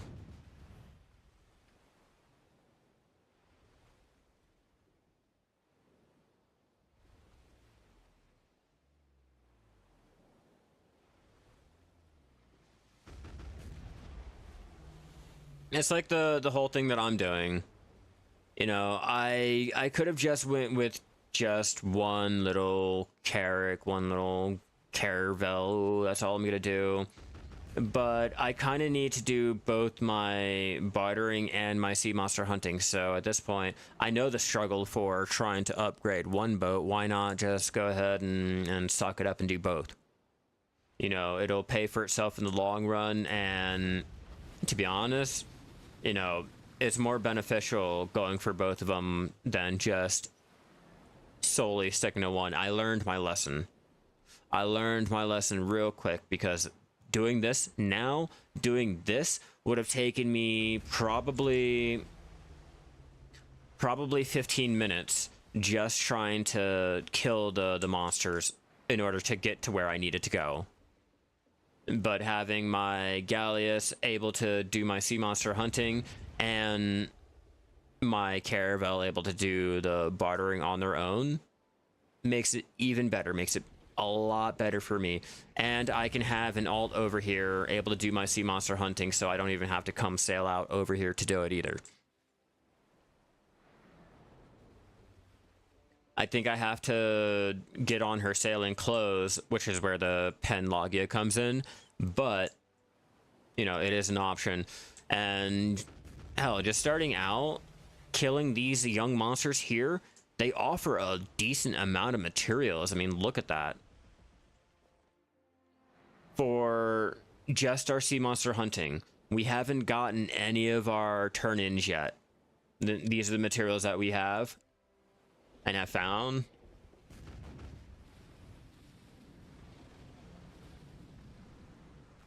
You can't complain.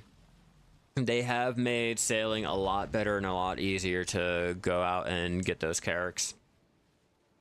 I just have to stop being lazy and finally do it.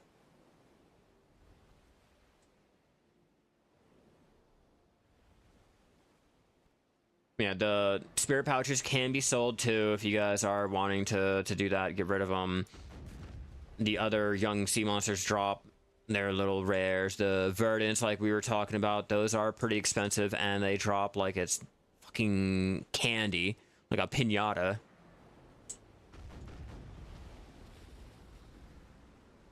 See, they're just dropping.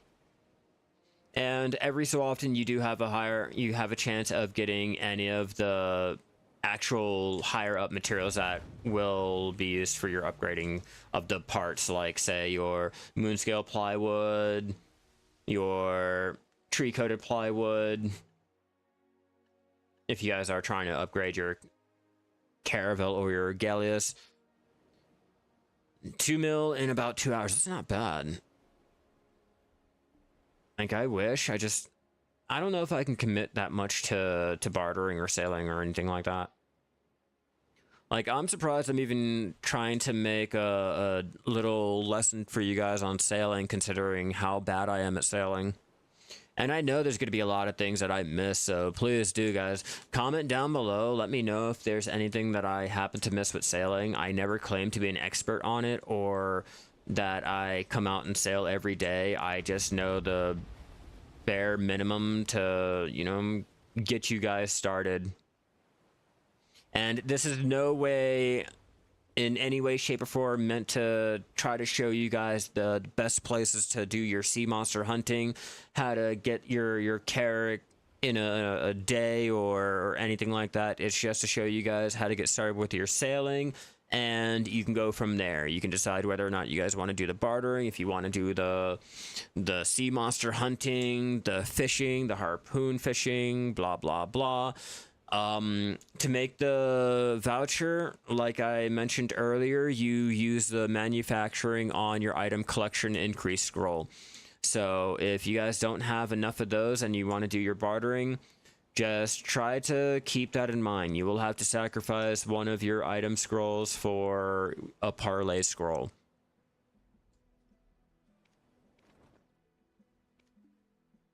Disembark.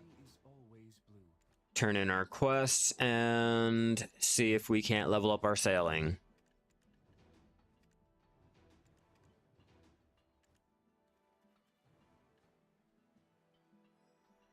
So close. So close, but yet so far.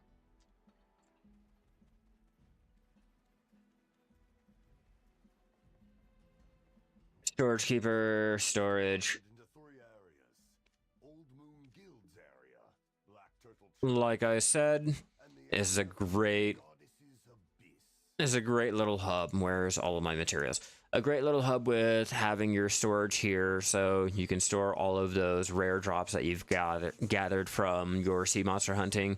You can transport anything from, say, trade goods if you guys are wanting to go ahead and get a barter route set up while you're out there sea monster hunting, but you know, you don't want to actually sail out to Illy Island to grab the materials. You can transport it over there and have that preset for you, blah blah blah.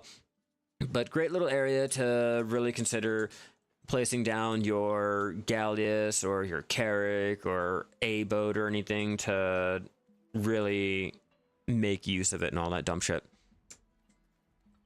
All right, so what else do I need to talk about when it comes to our boats? When it comes to our boats, so for the more advanced sailor, you guys do have the Margoria pirate fleet here, and you guys also have the Carracks that can be found out here.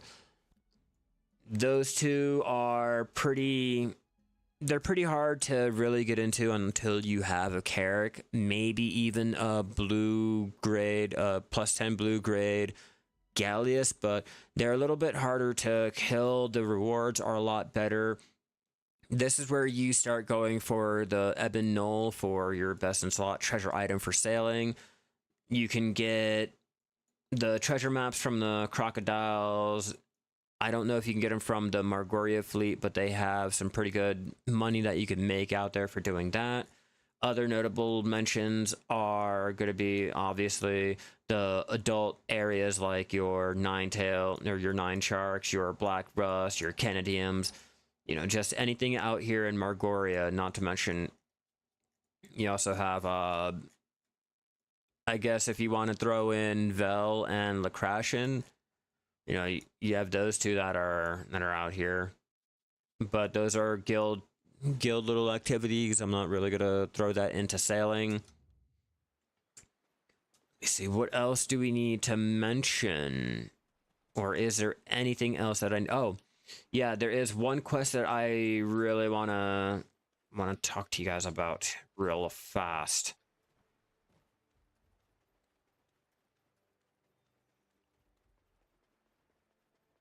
All right, it's gonna be right here. The Port Rat delegation, Si Haram. He has a quest, or she has a quest for delivering your items, depending on like the area, depends on how far away they will ask you to deliver it. With Ancondo being the furthest, it will give you your contribution points, and it will provide a huge amount of sailing experience depending on how far you go.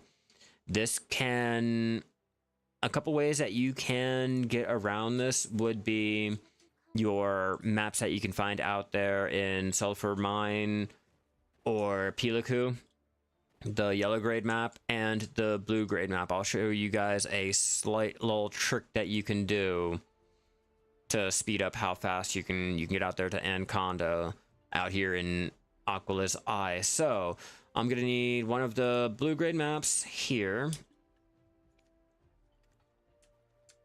Okay, and let's see where our yellow grade map will lead us.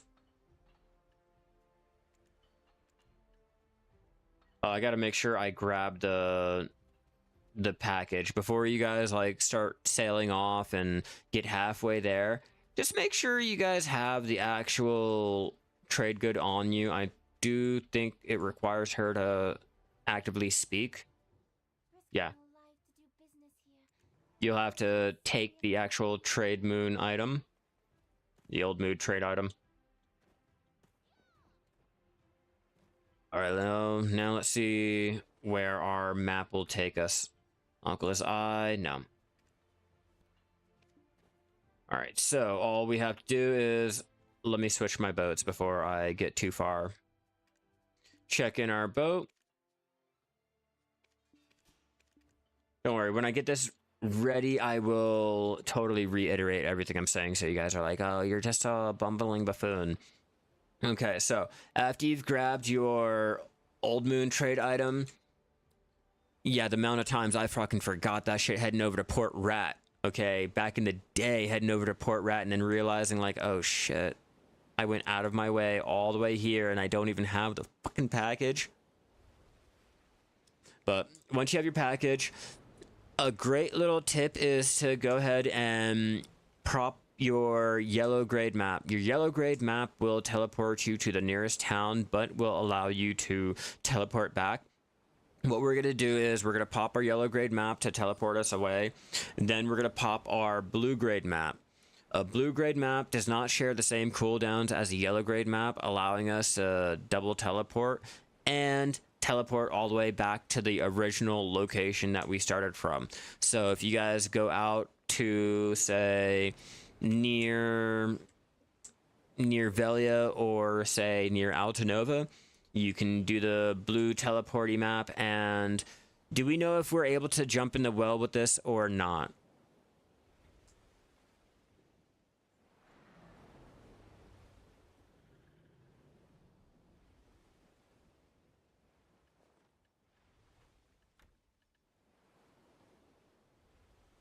Okay, so there's nothing I can really do with that one.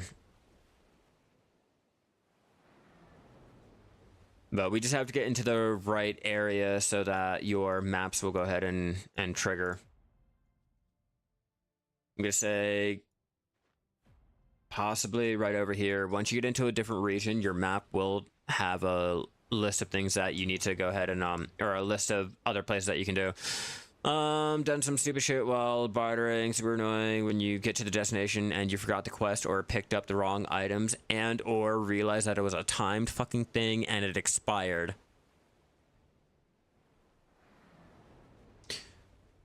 Like, the fucking amount of times I've sailed out there and realized, like, oh shit, this was a 10-minute fucking timed quest and I sat there for probably 30-40 minutes elsewhere, like at the storage, sitting there looking at my ship like, yeah, that's a pretty boat.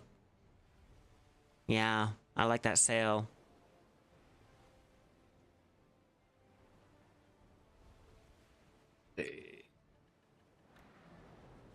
Not yet. It's gonna be a lot better once we can pop our map. But our map is gonna speed up how quickly we can get to Ancondo and back. And if you can save yourself the time and the effort, I mean, why not? Like, why not at that point?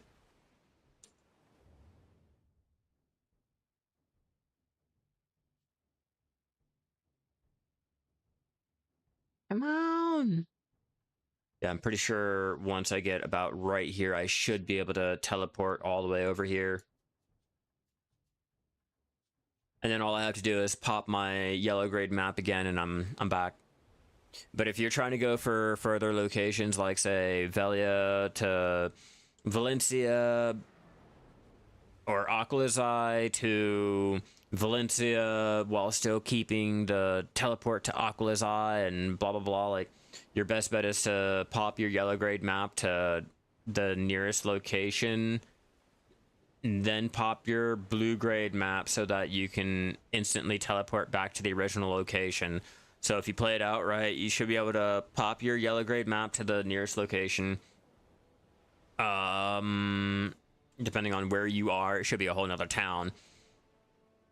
Or if you're on a boat, probably you'd have to sail, but jump in the portals, do all that dumb shit, and if you time it right, you should be able to hit the teleport back. Volante's full green, +10, except for the cannons, +9 blue in bartering. Well, you never need to refresh barters for material refresh. If you already have your Carrack or you're not trying to upgrade any of the parts or anything, no, you probably don't need the barter refresh for the materials. Or whatever the second option is. I'm pretty sure you're good to go at that point, my man.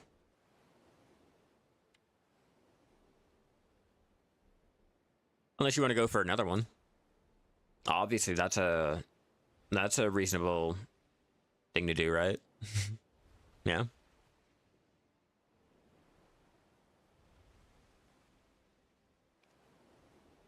That still throws me off that my rations down there are blinking.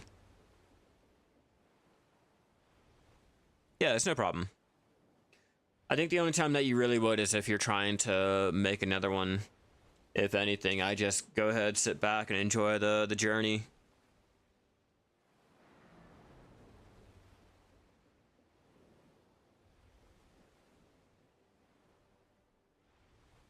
Lucky you. Lucky you. Does it count if I'm slaving over 2 at the same time? Or does it only count if I slave over 1 and then start doing another one?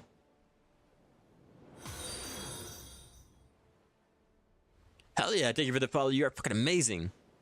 Like, I don't know what I should consider that. Like, am I fucked from the start, or what do we call that? Trying to get that map to proc.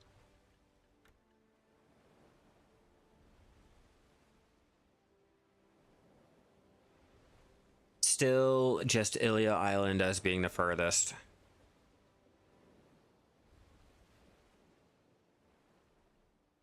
Yeah, I'm doing my Caravel and the Galleass at the same fucking time.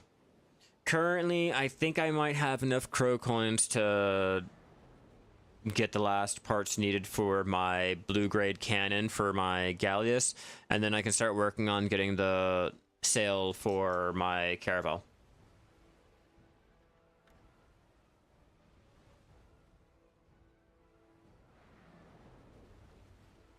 Still not Ancondo, huh? Oof. That's the power of a Caravel, guys. Look at that. You have a Valor and Advance and got more blue gear for Advance.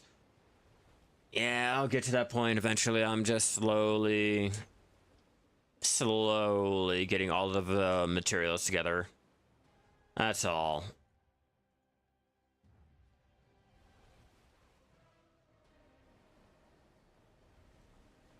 Currently, you have the blue pen sailing log and pre-order on the Tet meta. Should you keep the pre-order or use your pen blue?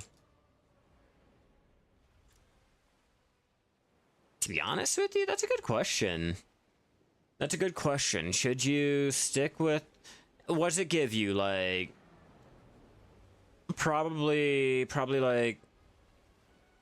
310 or 320 mastery? Or is it right below that Tet? Your pen.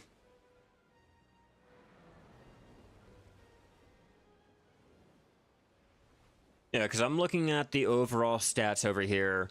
The only ones that get increased when it comes to the... I guess the tier is the mastery that is given. Pen blue is 330, Tet is 300. Yeah, but...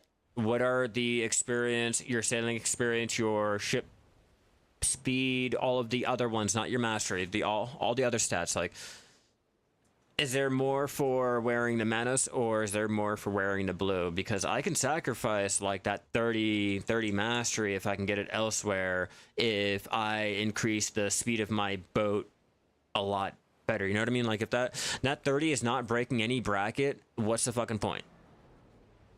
You know, like, If I know I can get plus 5% ship speed over the 30 mastery that will not give me anything, yeah, that's what I'm saying.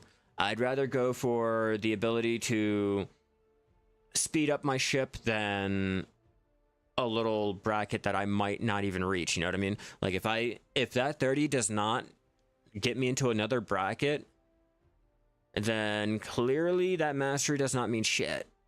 That mastery doesn't mean shit. But if it allows me to get into another bracket, like if I have to replace my tet with my pen later on because my blue grade pen gives me that 30 mastery and I need that little 30 mastery to break into that 2k mastery bracket, then yeah, by all means, go with your pen blue.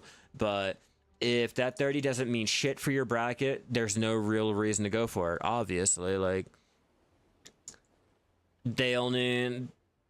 it's not like that 30 is going to add anything onto the percentage that is going to increase your ship. If you're looking at your mastery over here,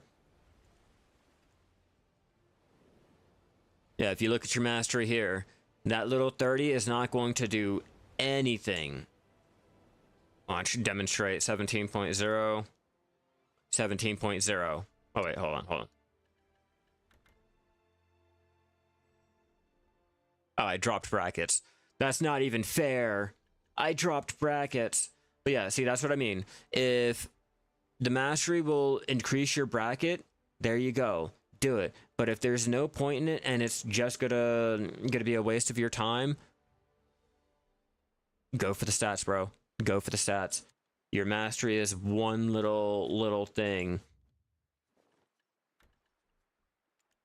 Sand Bazaar, Shakatu still.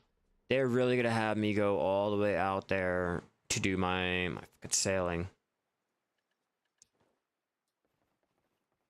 God damn. Yeah, just wait for your pre-order. Wait for that pre-order to go through and then get your Tet Menace. It only takes one, right?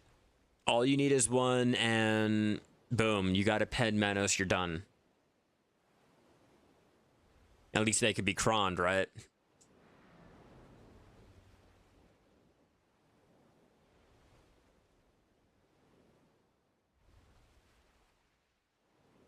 Bum, bum, bum, bum, bum, bum, bum, bum, bum, bum.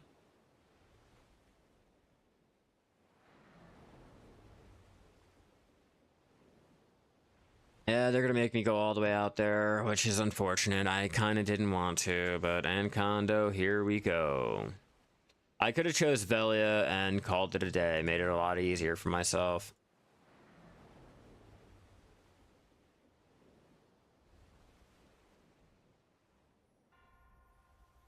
Well, just keep it in mind, doing the sailing log enhancing is a lot better than going for your mastery taps. Your mastery taps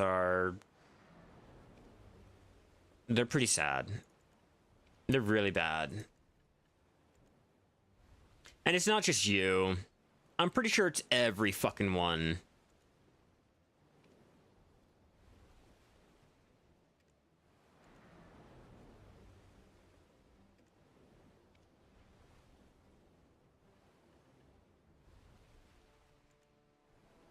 Take off the breezy sill. We'll take that.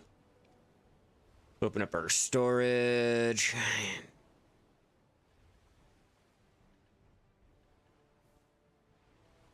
Take out those. I think Olivia has some. Yeah. You just bought tech clothes and the pen log. And there you go, DJ. That's what's up.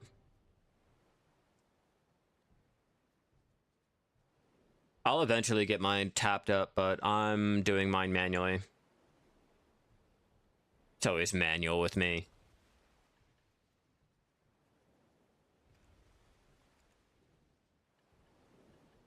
And now I'm thinking I'm gonna take out, I'm gonna try some enhancing real quick. when I get a moment of time to settle down and stop sailing. Once I get to Ancondo. Yeah.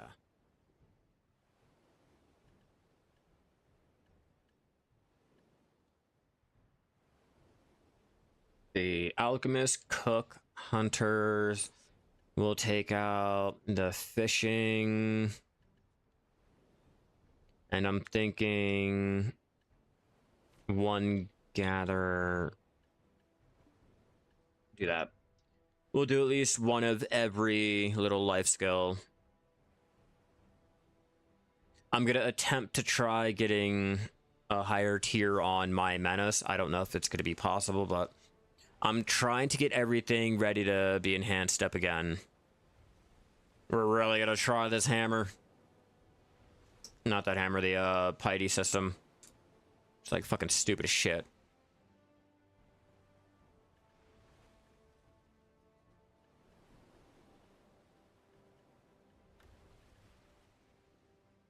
Like, why won't it let me teleport to Ancondo? You're really making me teleport all the way there? I thought nearest fucking city. I thought nearest fucking city. How is that not letting me go to the nearest fucking city? Even though the nearest fucking city is right there. That makes no sense.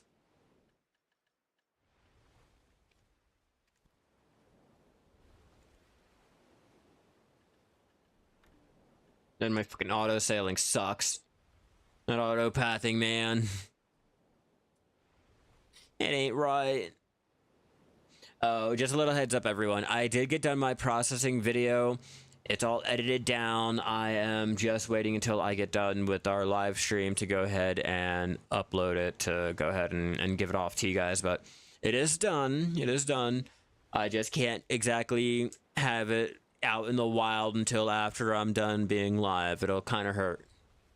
It'll hurt the algorithm in terms of, you know, deciding whether or not you guys want to watch me live or learn a different lesson. So it'll be out later, don't you worry.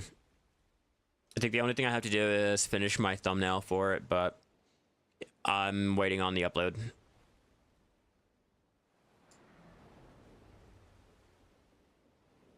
Which, speaking of that, time is it?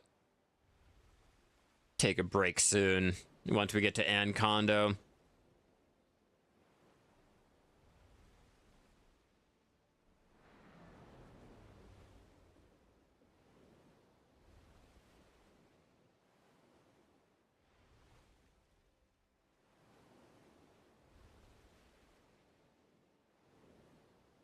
Sailing can be peaceful sometimes. Then other times it can be a fucking trifling mess.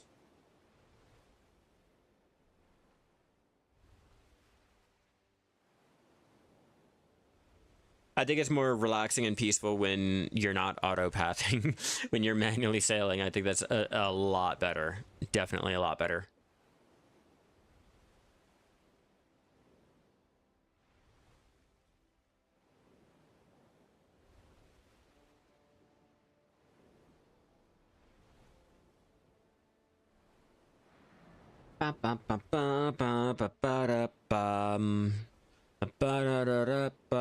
Almost there.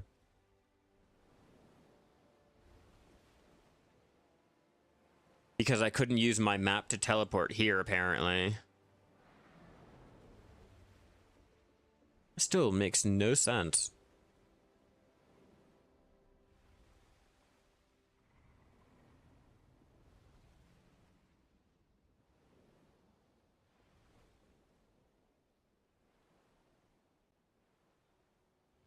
Come on, you could at least let me disembark. All right. At least we got that one. And turn in this little thing over here for more sailing experience.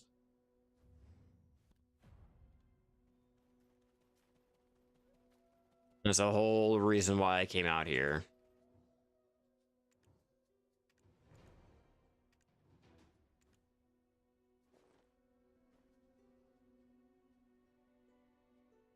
Okay, so I hyped myself up on that one. I think I really hyped myself up on that. Maybe it's not worth going out there to do. Maybe it is. It doesn't feel like it, to be honest with you guys, with the experience that it gives back for the time and the effort. So I'm gonna tell you guys to avoid the fuck out of that and just stick to the Saily Dailies. And if you do take that, just choose Velia Island. Yeah, just choose Velia. I don't know if the Ilia Island is an option, but Velia should be fine.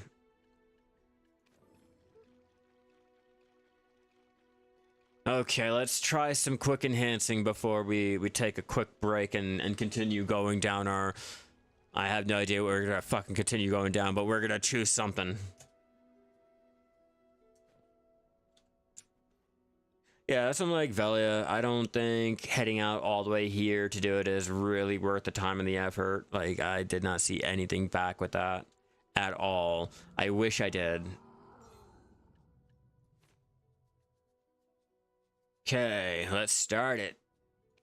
You want underwater gathering? Alright, we'll do underwater gathering. We'll do our enhancing. I'll take a quick break to collect myself, get a drink and all that good shit, and then we'll go out and do our underwater gathering.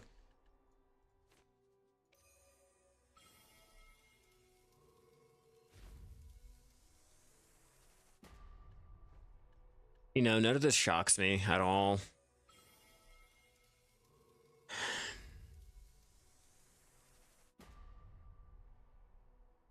It's like you can see it coming.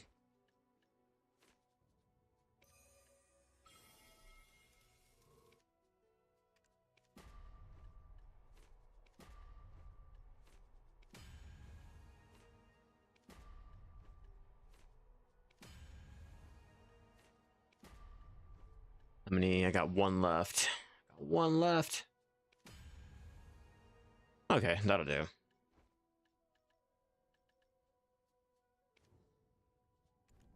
Hopefully we'll get more stone so I can try my luck at that again. Alright, so if we're gonna do some underwater gathering, what we're gonna do is have to repair our boat. Eventually. Okay, eventually we're gonna get it together. It's just I am slowly getting the materials I need.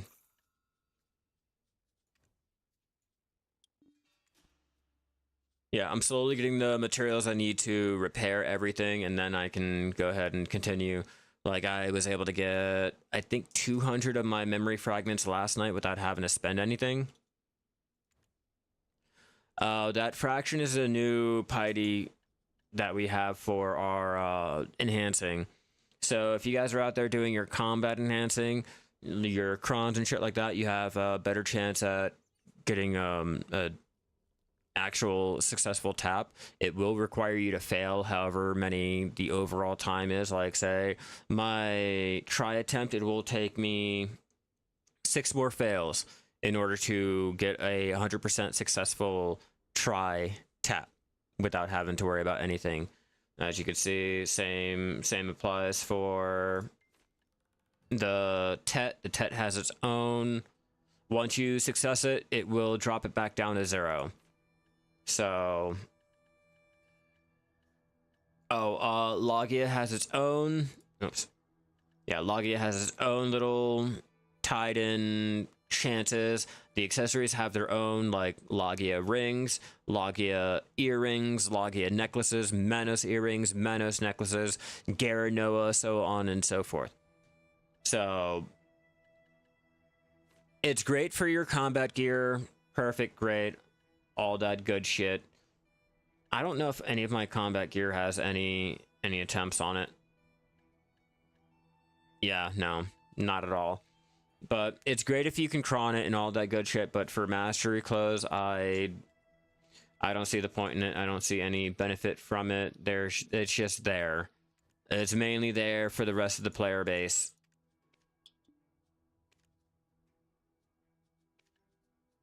Do I have anything that needs to be bartered along the way? No, I don't.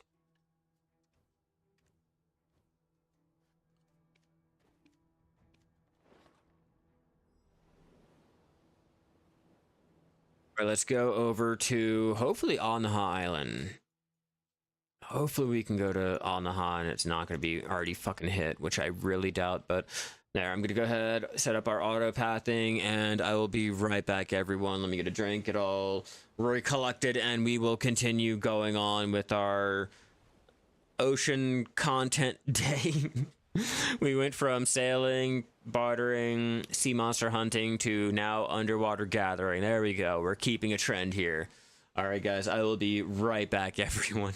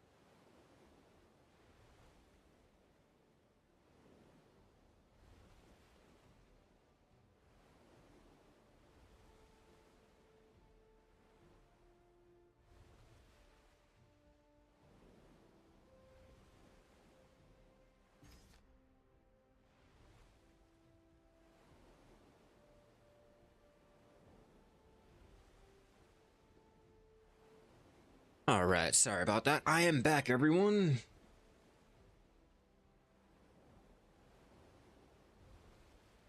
All right, let's do some underwater gathering, shall we?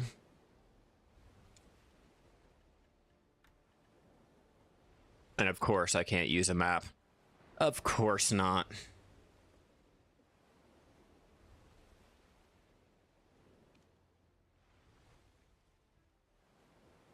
Unfurl the sail. So how are you guys enjoying your weekend? You guys ready for a new week in Black Desert? Anything planned for you guys' Mother's Day, all that good stuff? I'm all ears. I want to know. It's my phone. Speaking of which, right here. Okay, cool.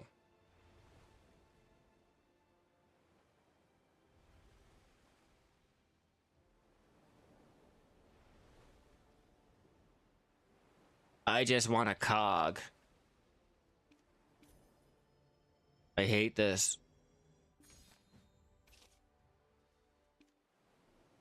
Enhancing your blue +9 cannons and only have 9 solar stones. Wish you luck. Oh, goddamn. Okay, I wish you luck, Raptor. I wish you luck. That's an annoying one.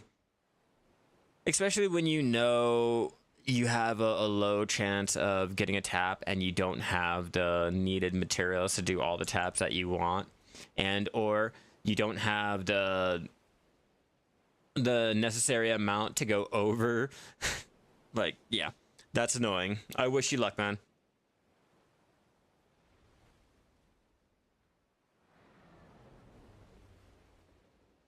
Dun, dun, dun, dun, dun, dun.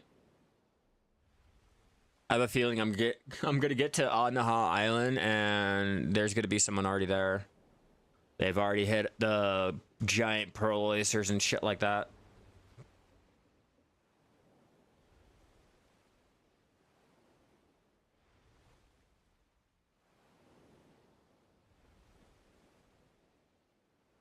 What's there?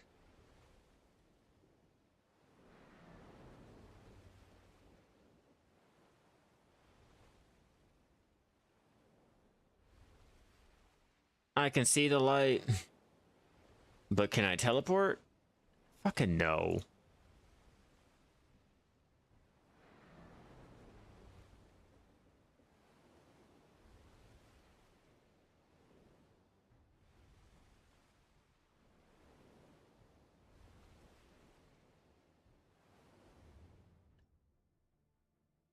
Come on. It's not gonna take us that long.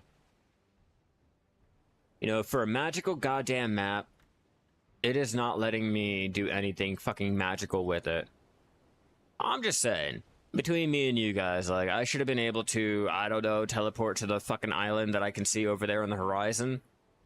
But yeah, it's only letting me go to a town that's right across that ridge line.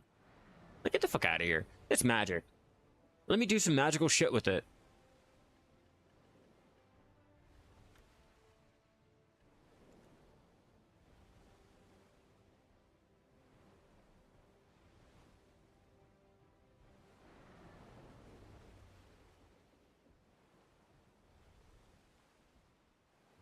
I'm only in a Caravel. There is no way I'm going to be doing any type of fucking cursed pirate sailing type shit. Enhancements, Blackstone. Bear with me, everyone.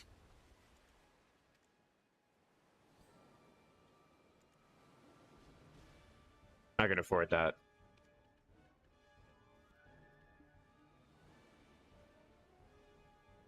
Leave me be.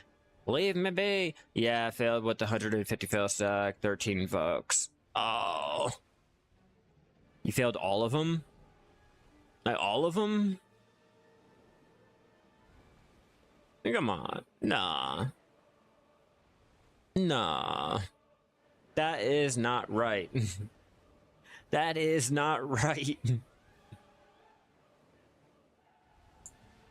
What was your percentage on it? If you don't mind me asking, I am curious.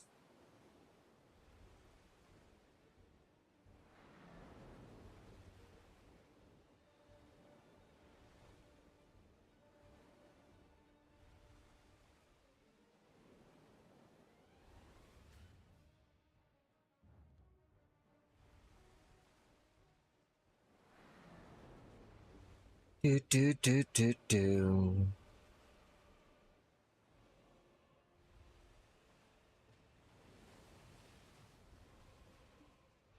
It's like pirate water all around. You won't catch me, copper.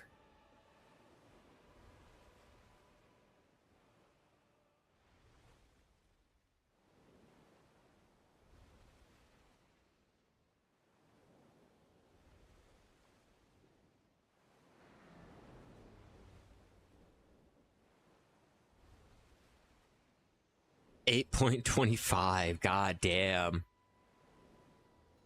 Ah, hell no. I know that all too well, though. I do.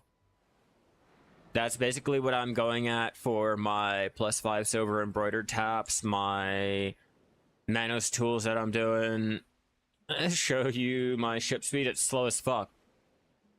My cog goes faster. But at least I'm admitting that, alright? My cog is faster at 140% fucking speed and all that shit. Nah, this is slow. This is not a Carrack. I'm only in a Caravel.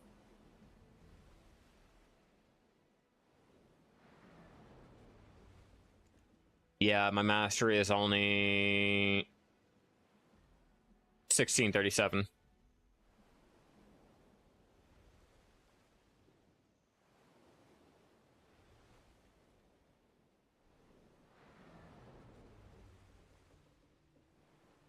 Okay, I need to jump off onto the fucking actual coast.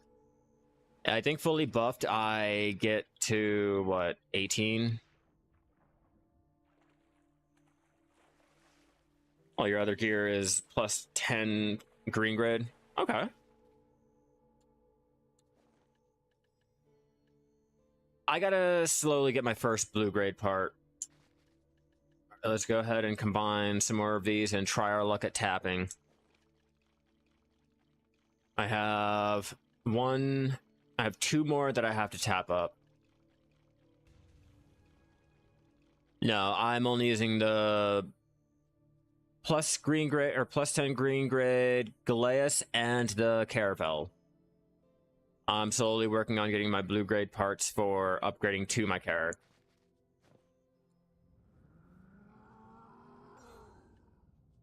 All right, here we go. Here we go. Survival of the fittest.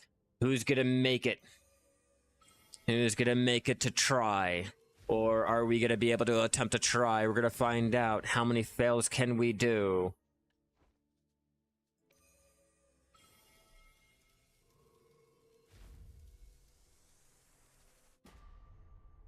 How many fails? Come on, come on. 40%. 40%. We got 8 left. We got 8 left. Okay, here we go. Here we go. Okay, so we're gonna go and throw an attempt into our gatherers and fuck that shit.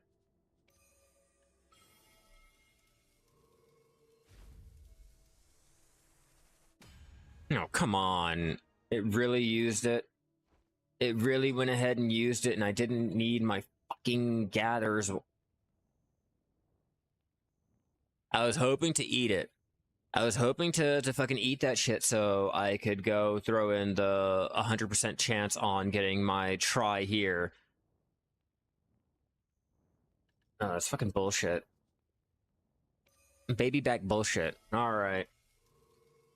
Let's go ahead and try getting our tier up. Nothing.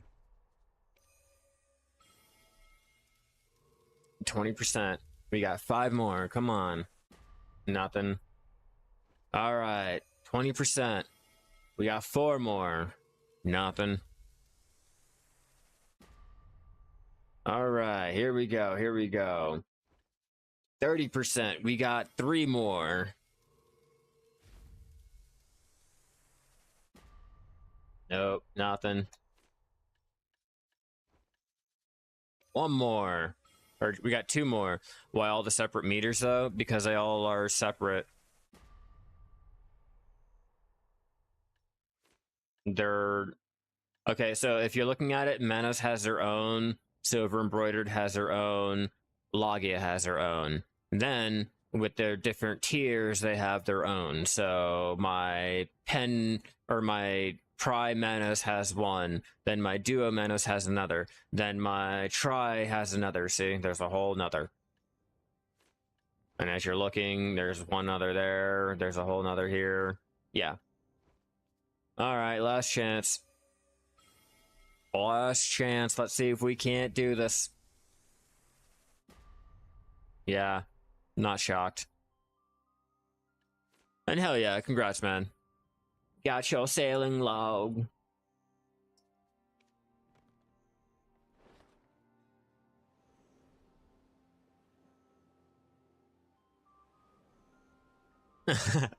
Oh, I heard a whole big thing about that shit. Oh my god. Let me tell you, people are real upset, Raptor. People are real upset. They're over there talking about how they should just nerf everything. They should just remove open world PvP on the game. And the only thing I could think of was, damn, didn't I rant about this shit yesterday? Like, wasn't I talking about this just the day prior about how PvP in Black Desert is, you know, it kind of feels like an arcade experience compared to all the other games in their PvP experience. And I shit you not, if I would have just shut up and happened to look over onto YouTube before I even did that rant, I would have seen Chris Poley's video talking about the horse training disruptors and how they're nerfing that. So you instant go red once you try to tag a person on a mount. If I would have just stopped and looked, bro, let me tell you. Let me tell you, that just goes hand in hand, like, just exactly what I was talking about. People cried and complained about getting knocked off their horse and murdered, so just another thing with PvP that is getting care beared. I didn't care. I do life scaling, and that's the only thing I do, and I have not been murdered on the back of my horse whenever I did my AFK training on my level 61 and now 62.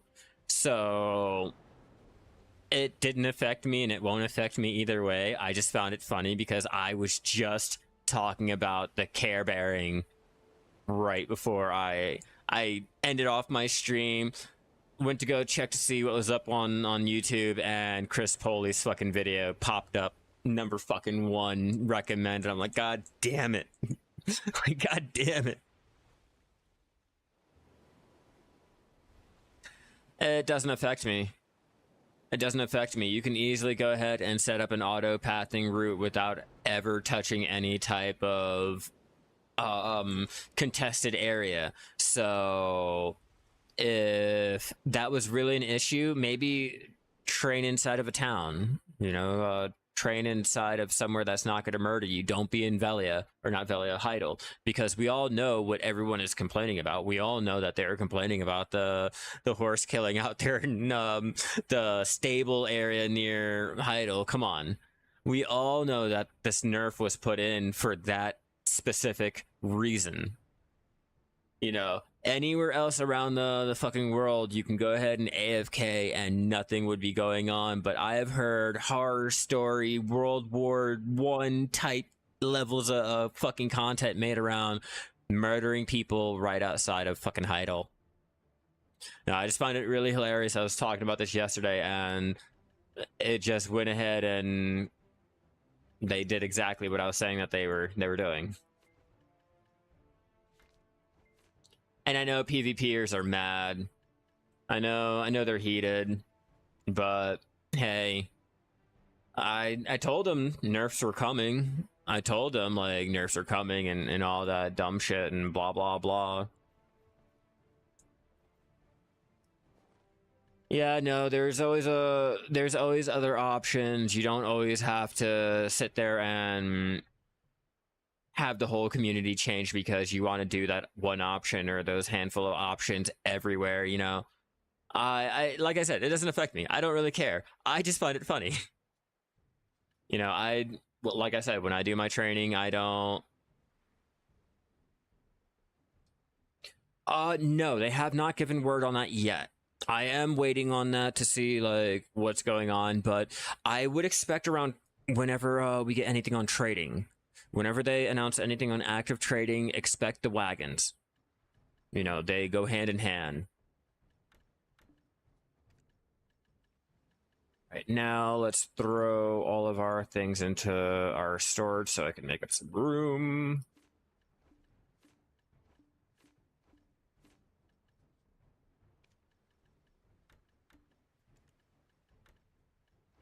That's why I like having all of my bags. What doesn't belong in here? What don't belong? Which one? I'll take out you.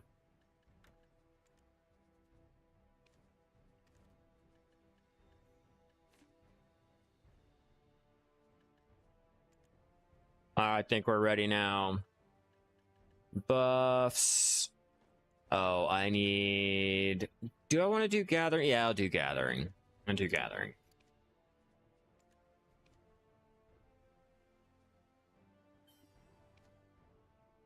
And our Sharky costume. I need seafood crunch. Yeah, that'll do. Alright, now the real question is, did they already hit this area or not?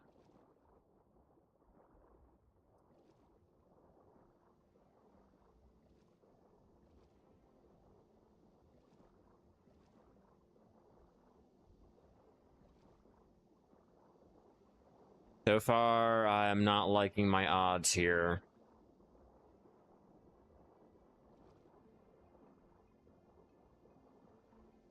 Which I already expected. People have been doing the underwater gathering a shit ton recently.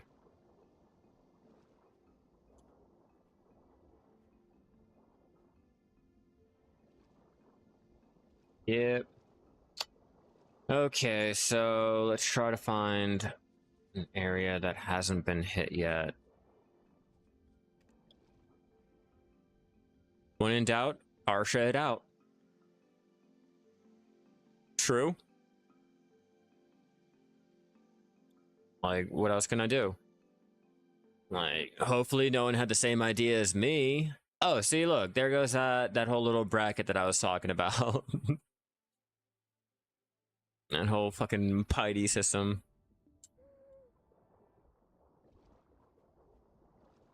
Yeah, they didn't. Oh, we're in it to win it, and we'll win it to be in it now.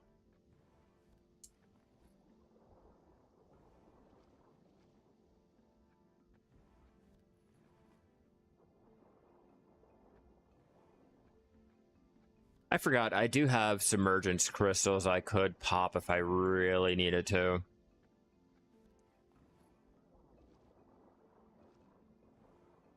Alright, let's start gathering everything because I need the coral pieces. I'm not gonna lie to you. I really do need more coral pieces so I can start making the colored coral to try to increase how much money I can make while processing.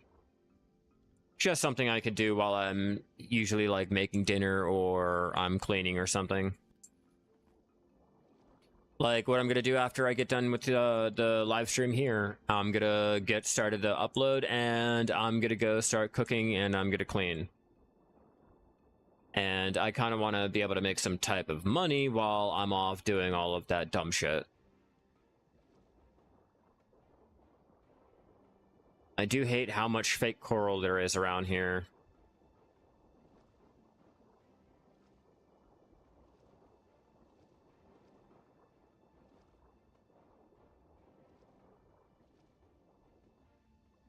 You know, this would be so much better on my Corsair. That sprint ability is a godsend. I'm not even gonna lie to you guys. Okay, come on, come on. Where are the oysters? I gotta remember.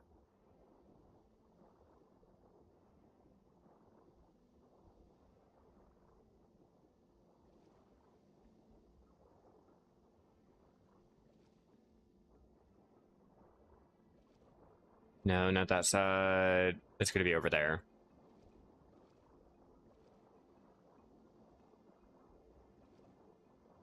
I do enjoy my underwater gathering. I do. It is peaceful. It's nice. It's relaxing. I do enjoy the sound effects while you're underwater. The sound of whoever's swimming, just the bubbles.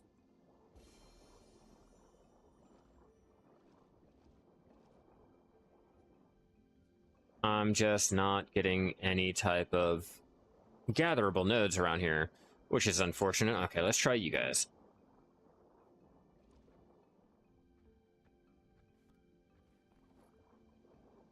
Yeah, it's just my mastery. If it wasn't for that, I wouldn't have any problem just switching over and doing that, but I might have to suck it up. I might have to just say, fuck it, and jump on my Corsair and take the bullet on the actual mastery.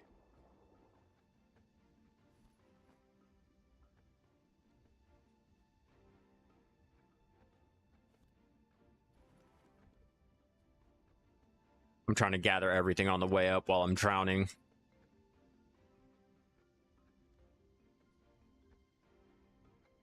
Slowly getting everything. Okay, go ahead. You can't breathe now. I guess you can breathe.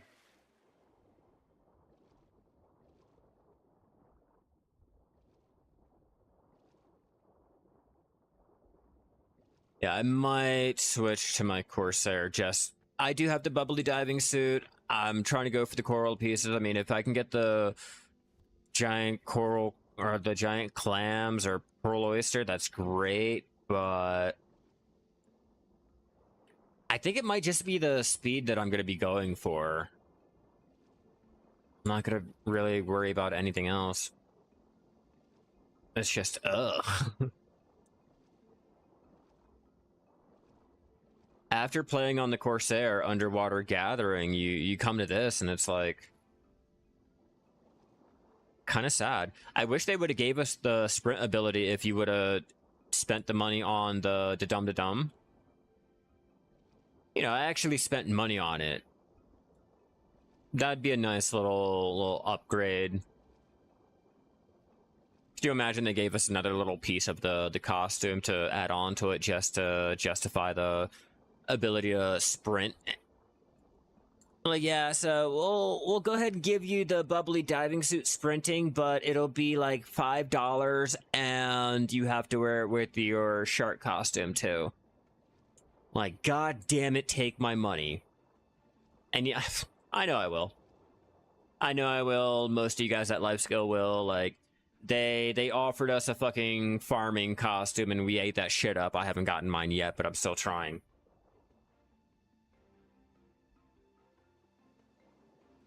Like our trainer clothes. Like literally, all they did was add a fucking trainer hat to it and we all jumped in fucking joy. Like, oh my god, it's about time. It was like fucking Duke Nukem Forever all over again. I heard people crying up there in the top rows and shit. I even seen like one kid trying to give an award off to the devs. It was bad. Like nah.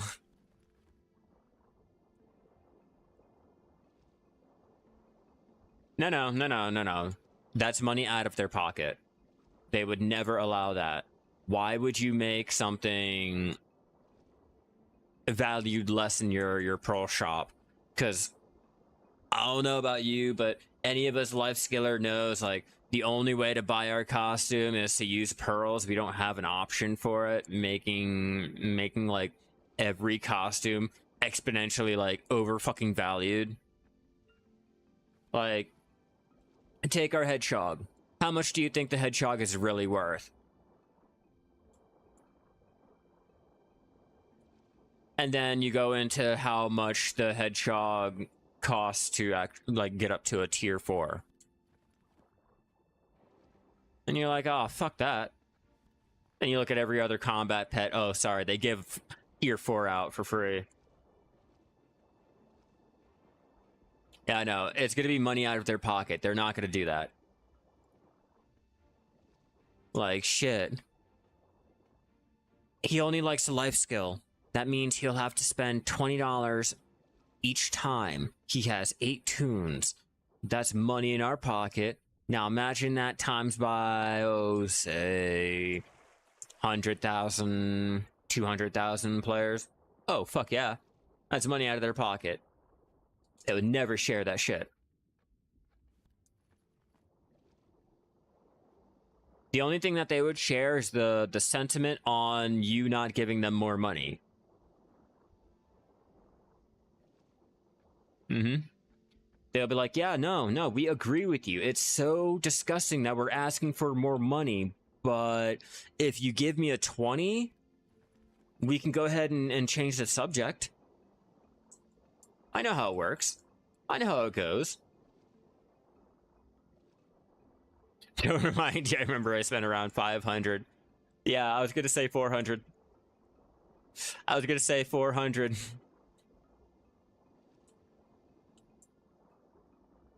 We're not even talking about costumes. We're not talking about costumes. We're not talking about little odds and ends that go into it either. Like, it's fucking insane for life skilling, the amount of real money that we have to put into it just to be considered a normal player. Hold on, guys. I gotta take this phone call. My fiance is on break, so give me a couple minutes and we will continue our underwater gathering. All right, guys? Give me 1 second. I'll be right back.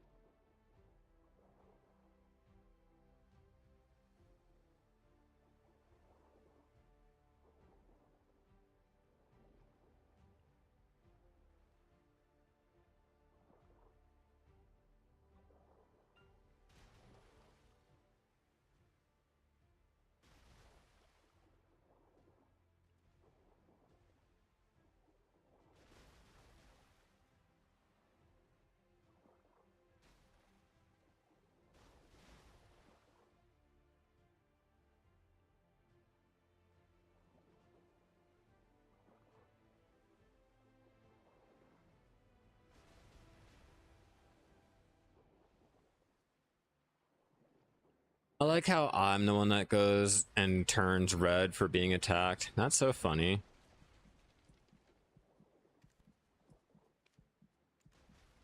Change, change. I'm wondering if that will apply to going on to a different little server or whatever. I don't know, we're about to find out. Because I'm gonna laugh my ass off. Can you imagine going instant red for being attacked? But hey, what's up, everyone? I am back. Sam, baby hell, baby hell.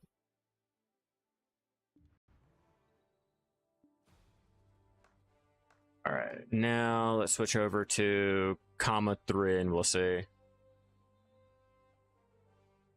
I didn't feel like losing any of my crystals, so it's just instant. Oh, let's change into a different character and we'll switch our channels, and then we'll go ahead and switch back into our Shai and continue our underwater gathering like nothing happened. I'm pretty sure I'm going to need to get a new boat, which is totally fine. I'll just map out and probably get a cog. All right, cool.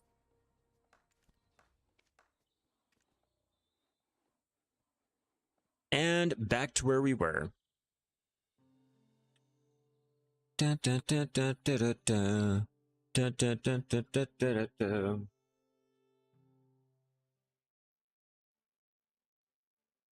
Hopefully my shellfish and things have not expired yet. I am not using my fish tank because it's currently on my AFK fisher, so I'm really not worried about it.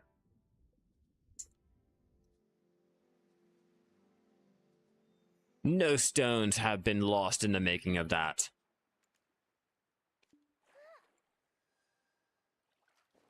Double check. Yep, no stones were lost in that. All right, let's continue what we were doing. We'll do this, and we'll do Iliad.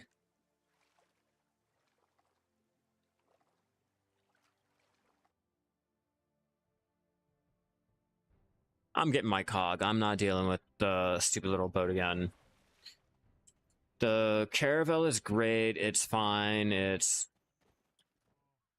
decent, I guess. But when it comes to just traveling around, the speed and all, none of my boats are quick enough for it. Only the stupid little cog. All right, let's buy a cog real fast, and we'll start sailing.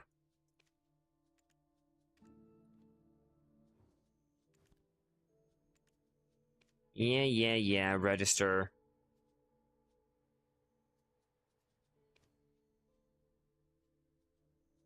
I don't want the Bartali sailboat.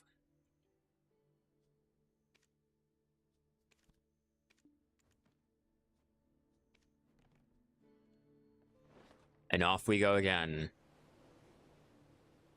So much better.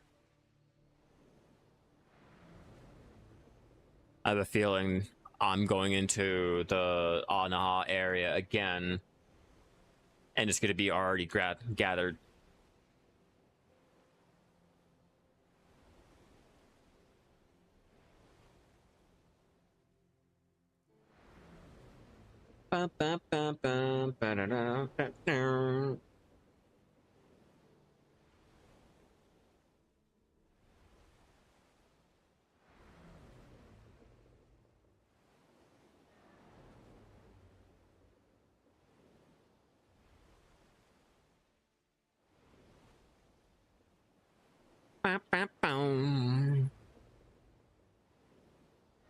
Almost back.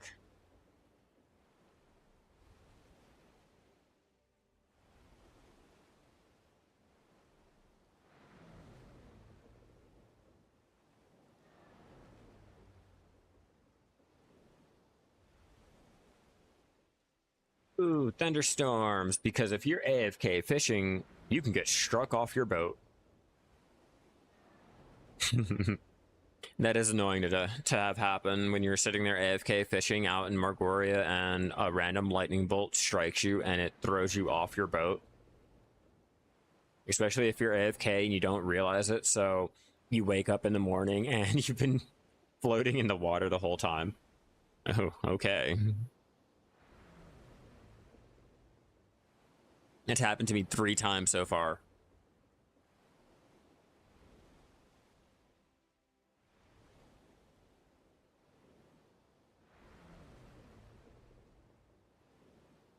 And that was a lot faster than when I was in the Caravel. And now that we're back.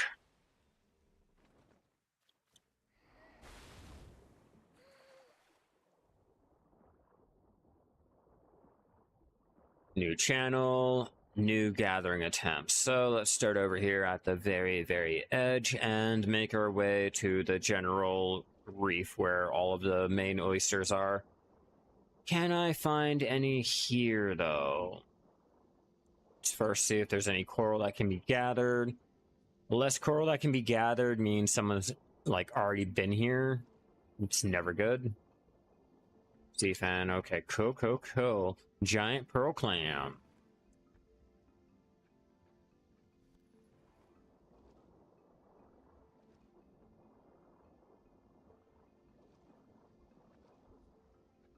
Take everything.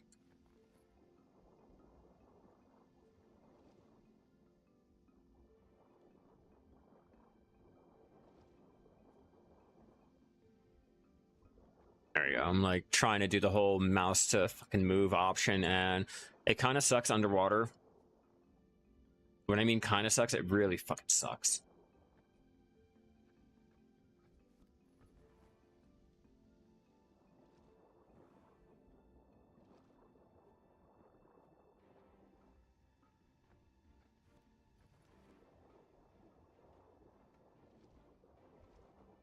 All right, move down the line. Let's go get more oysters. Oh, wait, let's not drown.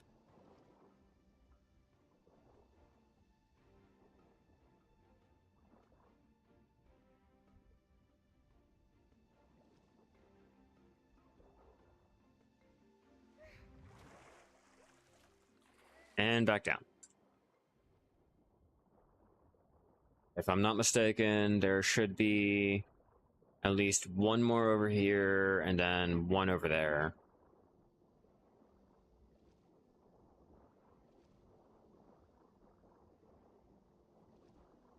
One here.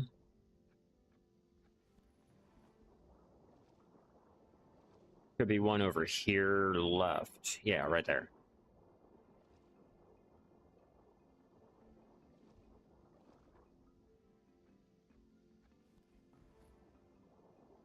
I'm waiting for that minigame to proc.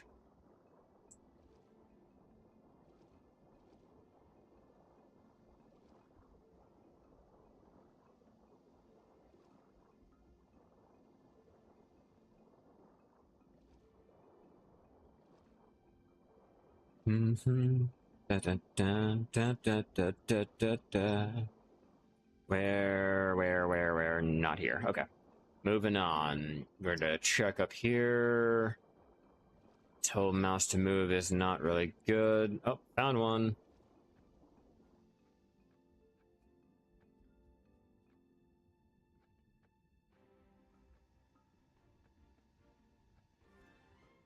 Ugh. Not what I wanted. But technically what I wanted.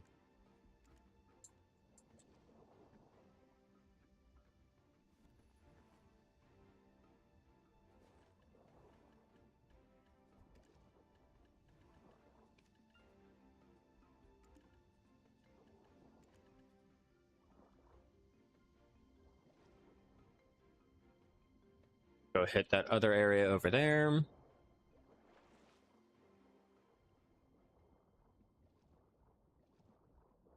I swear, this is nothing on my Corsair.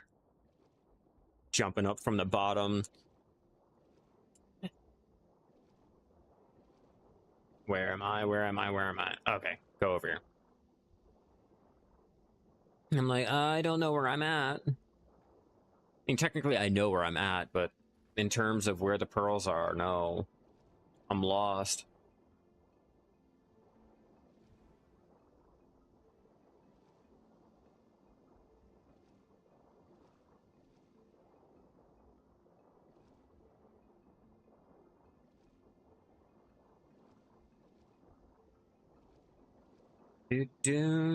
Peaceful underwater gathering. What's down here? Yeah, I really feel like someone has already been here because all of my little gathering nodes are not here. Told you, everyone likes to come out here to do their underwater gathering. Always, it's never, oh, I'm gonna go to Waves Rest or anywhere. No. You get it. It's readily available. I'm salty. That's all. Like, extremely salty.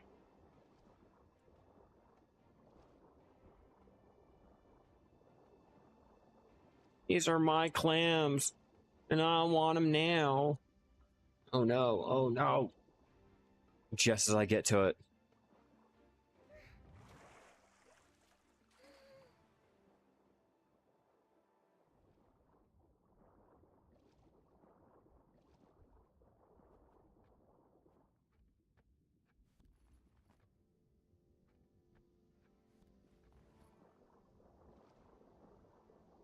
I know there's more. I'm stuck. I got stuck in the coral.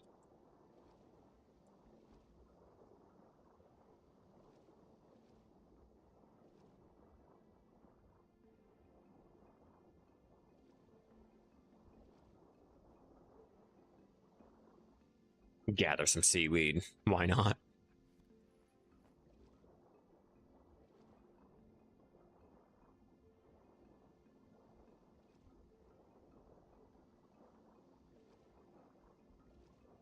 More clammy clams. No turban shell. We don't do turban shell. We don't need a turban shell. But I'll take the giant pearl clam. I will take that. Do we have any rainbow coral? Of course we don't. Of course we don't. I kind of need them.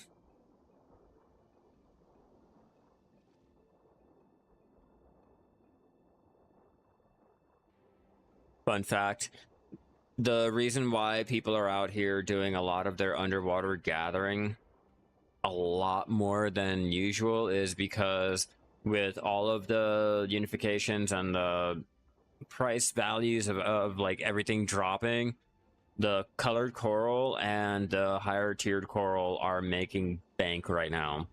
If you guys are stocking up any of your jewels and just do how long, maybe like an hour of underwater gathering to get the coral pieces, you can combine them to make the colored coral, and it's 1 billion easily.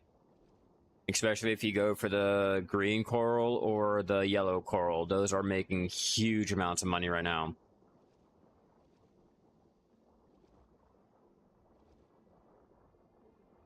Normally, people would only hit up the giant clams. They wouldn't bother with the coral pieces. It was only about the lobster and the clam meat. But now it's just about all of the corals, almost all of the corals. Each tier of the corals. It's amazing. I like it. It's just frustrating when I try to come out here and I can't do it because I've already fucking hit it.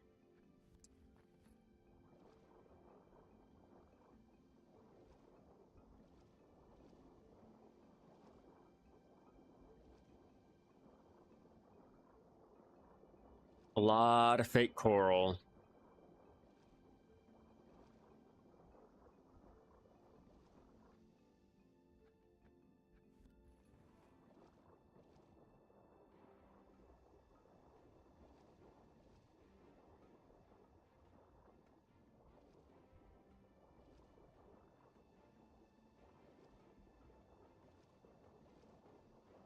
Damn, there's nothing here.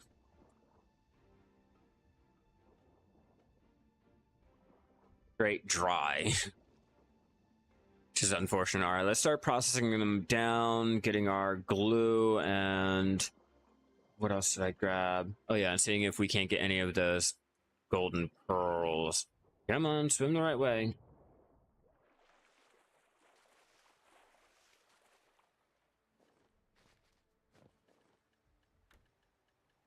Let's see, do I have craftsman? No, I don't. That's fine. I don't think I need it. Go ahead, dry. We'll dry those, and then we'll heat up the lobsters to make glue. I think glue would probably make more money than the lobster meat right now. I could be wrong. Let me double check the pricing before I really get all gun-ho into it.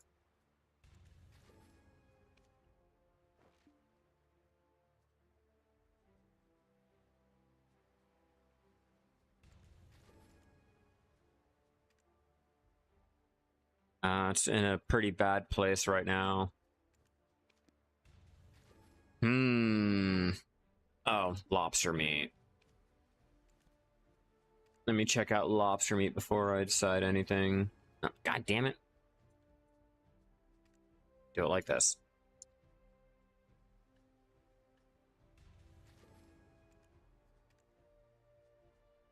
Ouch. Okay, the glue is gonna have to do. Glue is definitely gonna have to do, like, look at that. Oof.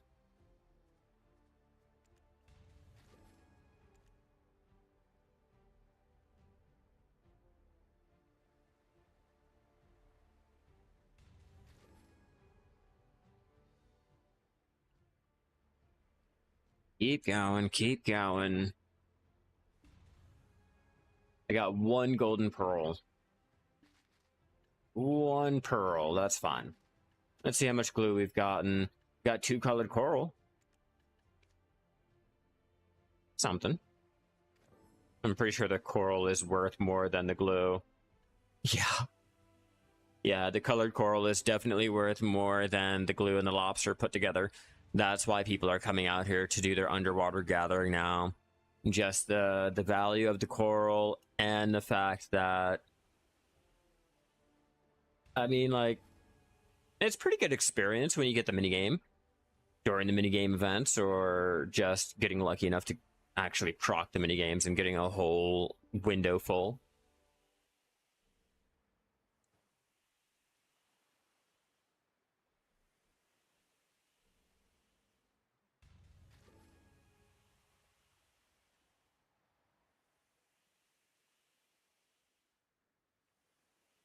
I'm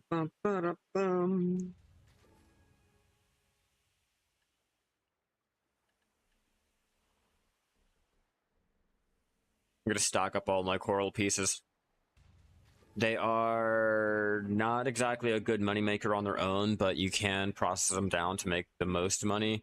It's just, I'm gonna wait on doing that. I'm gonna stock up until I at least have... I'm gonna try to go for 10k. 10k should get me a decent amount of money when turning it into probably the topaz, the sunset. Yeah, sunset or the prairie green coral. Those are the two.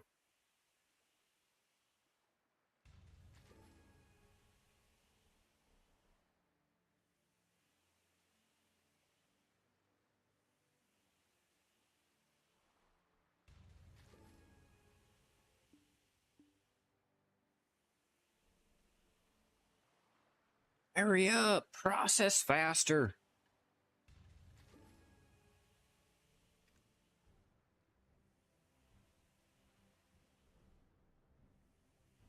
There is nothing more peaceful than an open flame on the top of your wooden boat in the middle of the ocean. Poetic.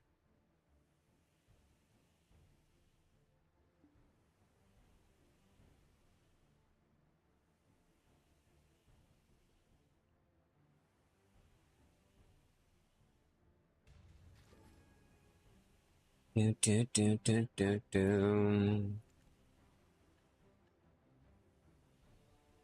I've got nothing good from those stupid little crates. Nothing good. It's a fucking cop-out.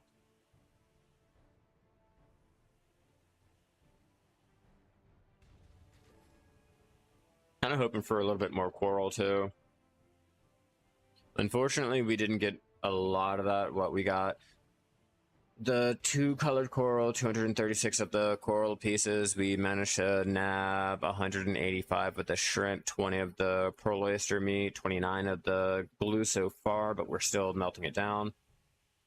13 sharps. I mean, 13 sharps is not that bad. Considering I was just throwing all of my sharps into basically the fucking garbage. That's not too bad. I'll take them. I'll keep them. I'll put them to good use. Like trying to tap up a failed try again.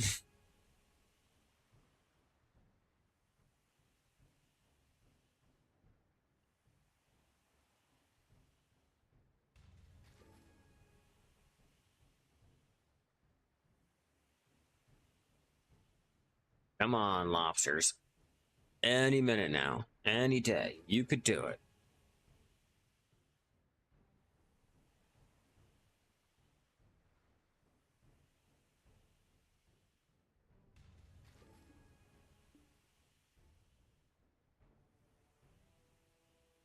Every time I see something pop up on my screen, I'm like, great, did I do something wrong?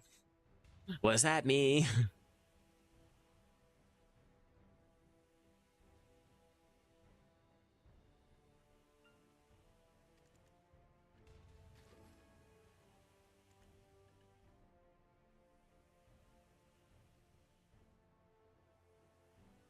Almost down to the end. This is why I know if you're trying to go for the crystal coral, just go sea monster hunting. Take down the Magoria fleet. That's going to be the best way to get any of the coral crystal, because underwater gathering fucking sucks in terms of the drop rate for the coral crystal. And with how many spots are left from after them removing a lot of the major nodes out there in Magoria for the Land of the Morning Light, like, our best bet is just to do something that does not involve gathering. Which is sad. You'd think, like, oh shit, this is a really good gathering item. You would think they would, I don't know, keep it to gathering, but no. The crystal coral is used to make the perfume of, or the deep sea elixir, sorry. Made to, or used to make the deep sea elixir.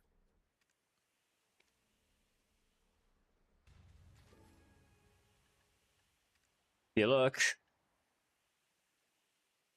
that's how you make that.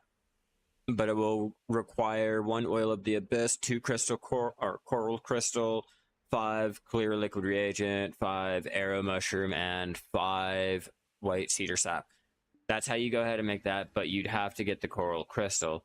But the only way to get the coral crystal is to go out and, I mean, you can get it, well, gathering the blue, purple, and green coral out there in Waves Rest or on the edge of Magoria, but the Magoria fleet will drop it a lot quicker and a lot more than gathering.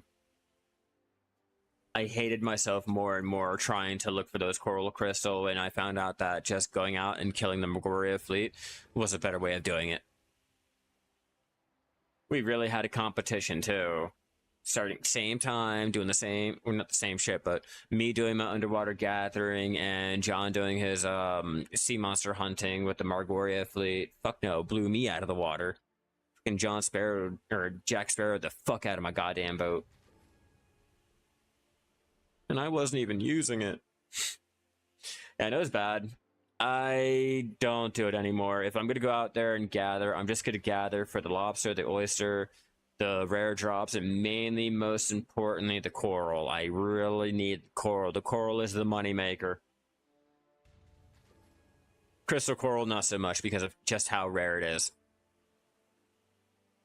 Is it worth it to cook the pearl oyster meat? To be honest with you, it depends on what you need. It depends on, like, okay, so you can make chowder out of the pearl oyster meat, I think. Let me check.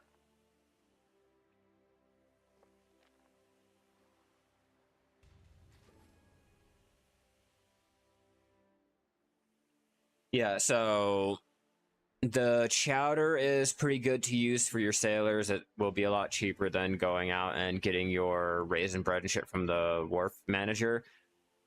Selling it, let's go take a price check to see.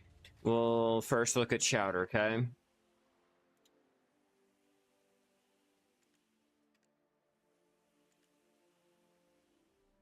Chowder could bounce back. Chowder could definitely bounce back. Let's look at the pearl oyster meat. Pearl oyster meat. Yeah, it's pretty down there. So only for self-use if you're gonna do the chowder for your sailor. That's about it. The pricing is just so fucking atrocious. Like, really bad. Like, looking at all of them, the glue is a little better. The giant pearl oyster flesh fucking sucks. The shrimp, not doing it. The coral piece, just not right. The fruit of nature, still pretty fucking low. Then you have your real prized possession, the colored coral pieces that you should be going down there for. It used to be go down there to gather all of the ingredients for any seafood dishes and shit like that, but now just go for the coral pieces. Avoid the giant pearl oysters unless you're trying to make your food for your sailors. If you're not dealing with sailing and things like that, then just like please avoid it. Don't do it. It's not worth it. It's not worth the hassle of having to change your channels because people have been doing the same exact thing. It's not worth having to go out to invest all of the silver into the gear and having to go out of your way to get all buffed up. Make sure you're not gonna drown under like 3 minutes. Like, nah, it's okay. It's not even worth it. Just buy your pearl oyster meat. 60k each. That's a steal. Like, let's be real. 80k per one chowder, 60k for the pearl oyster meat, and all of the other ingredients. I don't know. I don't know. You guys let me know how you guys feel about that. I'm gonna go ahead and start getting this ended off now so I can get our dinner and everything, the kitchen and all that cleaned up to start making dinner. But if you guys enjoyed my little teaching lesson on how to go around sailing and leveling it up, do let me know down in the comments if you guys enjoyed that little small session of our underwater gathering. You know, leave a like, all that good shit. If you guys are watching over there on YouTube, be sure to subscribe, turn on all those notifications so you know when I go live again and when I come out with that video, which I will be hitting the upload on this so that we can now have a new little guide and I can start working on our trading one. And I can slowly start getting this one edited down for our sailing one. But I will not be online tomorrow. Tomorrow is Mother's Day, so you guys enjoy your Mother's Day, spend time with your moms and all. I will see you guys probably Monday, and probably we'll do farming. I think we'll do farming. I'm not exactly entirely sure on it, but I'll let you guys know, all right? With all of that out of the way, it was great having you all in here, everyone on Twitch, everyone over there on YouTube. You guys are great. Come back again, and keep gathering out there, everyone. Look forward for the new update that's coming out Wednesday. Not sure what it is, but I'm sure Chris Poley might have a video on it soon, so keep an eye out for it. Night, everyone.